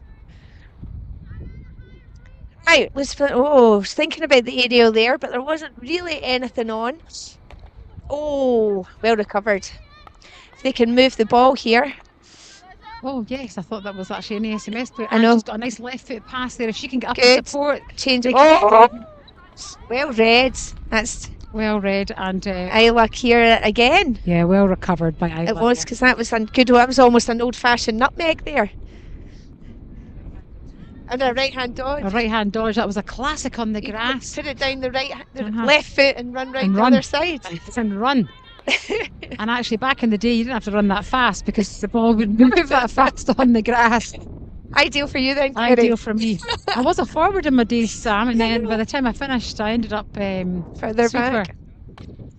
Oh, well. Tried to win a corner. Oh, Good that's that. skills. Oh, that is keeper's unlucky. done really well there. Really well. Do you know what it is as well? And, Lucy Pillinger did well as well, is that when people move with the ball so quickly with their hands, it can be really distracting, but the keeper and the defender both just kept their eye on the ball there. So that was well defended. But good and quick also hands from you've Jen got to Kane. defend your feet as well there. It's not just about, you've got to try and win the ball back. You've got to defend your feet, slow the player down and hope that you don't give away a corner. I think that was a corner. I think that was the right ball. See, so this wastes a bit of time getting the ball up there. So, yeah, MES are really piling the pressure on here, want to try and get that equalising goal. But Fettes are defending very well. So, as we can see here, Mary Erskin are now pulling the keeper. So, they're going to have the extra man outfield or person outfield. So, let's see if they can create the one opportunity that they're needing. How does that feel for a keeper, do you think? I think they probably... Do they understand the decision? I think they should understand it. Absolutely. Absolutely.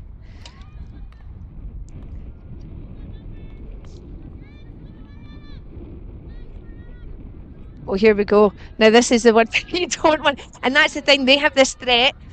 Look at this. Do you know what I mean? Oh, and it's a goal. Is that back stick? I don't know whether it touched up off her back stick or whether there was contact from the ESMS. I mean, this is a really uphill struggle here. It is, and that's the risk you take. Do you know what? But if you've got to go for it, and there's still might have time.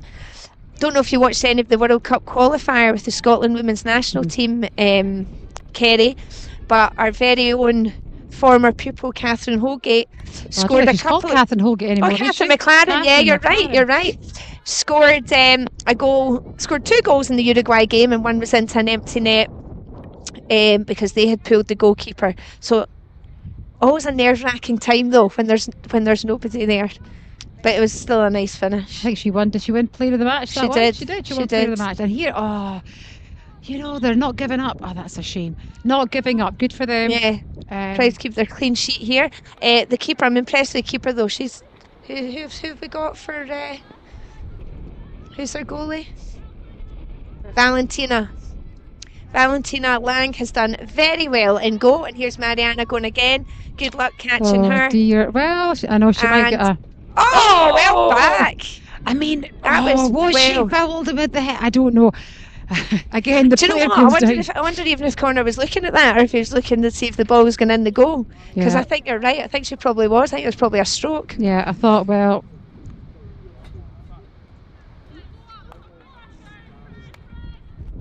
But maybe they're not complaining because they're already 2-0 up. But then it could go. Now you've got to move it. Now look, extra player, but there wasn't one Mary Erskin girl in that half, in the attacking half. They're just sitting deep, aren't they? Yeah, so I mean, if you've got to gamble, you've got to have that player high. You've got the extra person, You've got to use them. Yeah, there's no reason for them not just to sit in that 25. Yeah, completely. And just move. And here we go. She'll be... sometimes the ones that you've got a lot of time, yes, well, yeah. Do the simple things well. And like you say, when you've got a threat like her. And it's the aerial as well, which, is... You don't see often in schoolgirl hockey. So, yeah, so you do have it. Great skill to have, and here's Anne just... But again, you've got the extra players, so they've got to work up hard. That's a lovely ball. I like that nice ball, yeah, and a good lead. But again, 2v1s, that's you've got to create. But there we go. That concludes. That's the final whistle. So concludes our Caritas Sevens for 2026 with our winners, Fettes College. Yeah, I think they'll be really chuffed with that, actually. I think it'll finish off their season really, really well, having lost out to ESMS in the Scot. It's not quite the same, competition, but, having lost to them this morning and in the Scottish Cup, it's a nice way for them to finish their season, and it's been a really great team performance for them. Good. Well, thank you, Kerry. That's been most enjoyable having you back here, and I'm going to get you to help me with presentations. Amazing. Thank you. Thanks again to Kitchens by Nick McNally.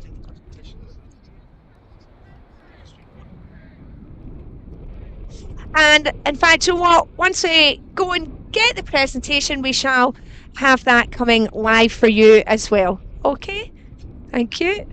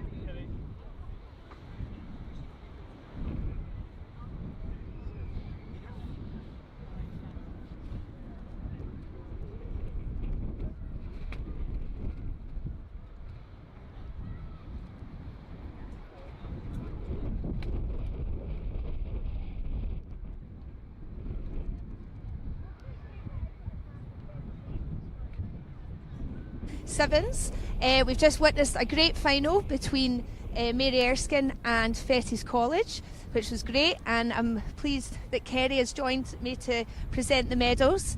So in our runners-up this year, with the silver medals, are Mary Erskine School. They've been led up by Jen Kane, their captain. They'll obviously all be a bit disappointed, but they should be very proud of themselves. They played a really good game.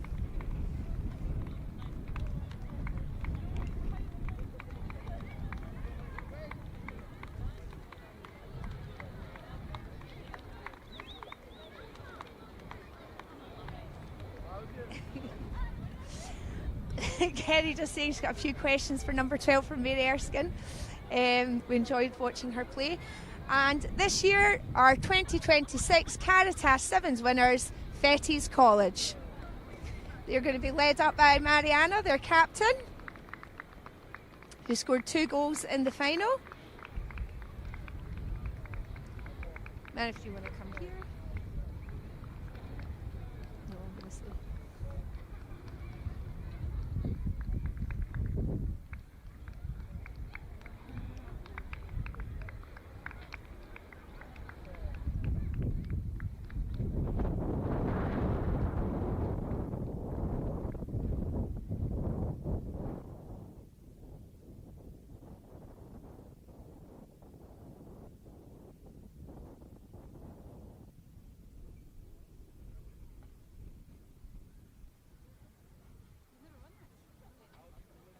So I've got Mariana here, who's going to be presented with the trophy by Kerry McNaughton, and we're just checking, and this is the first time, Mariana, that you've ever won the Caritas 7, so congratulations. So how are we feeling, Mariana? Quite happy with today's? Yeah, very happy. It was honestly a good game. We've always had quite close games with them all year, so it's nice to come out with a win for our last game of the season as well. And yeah, good to get it the first time ever. Well, congratulations. Thoroughly deserved. Thank you. Thank you. Thank you. That's us.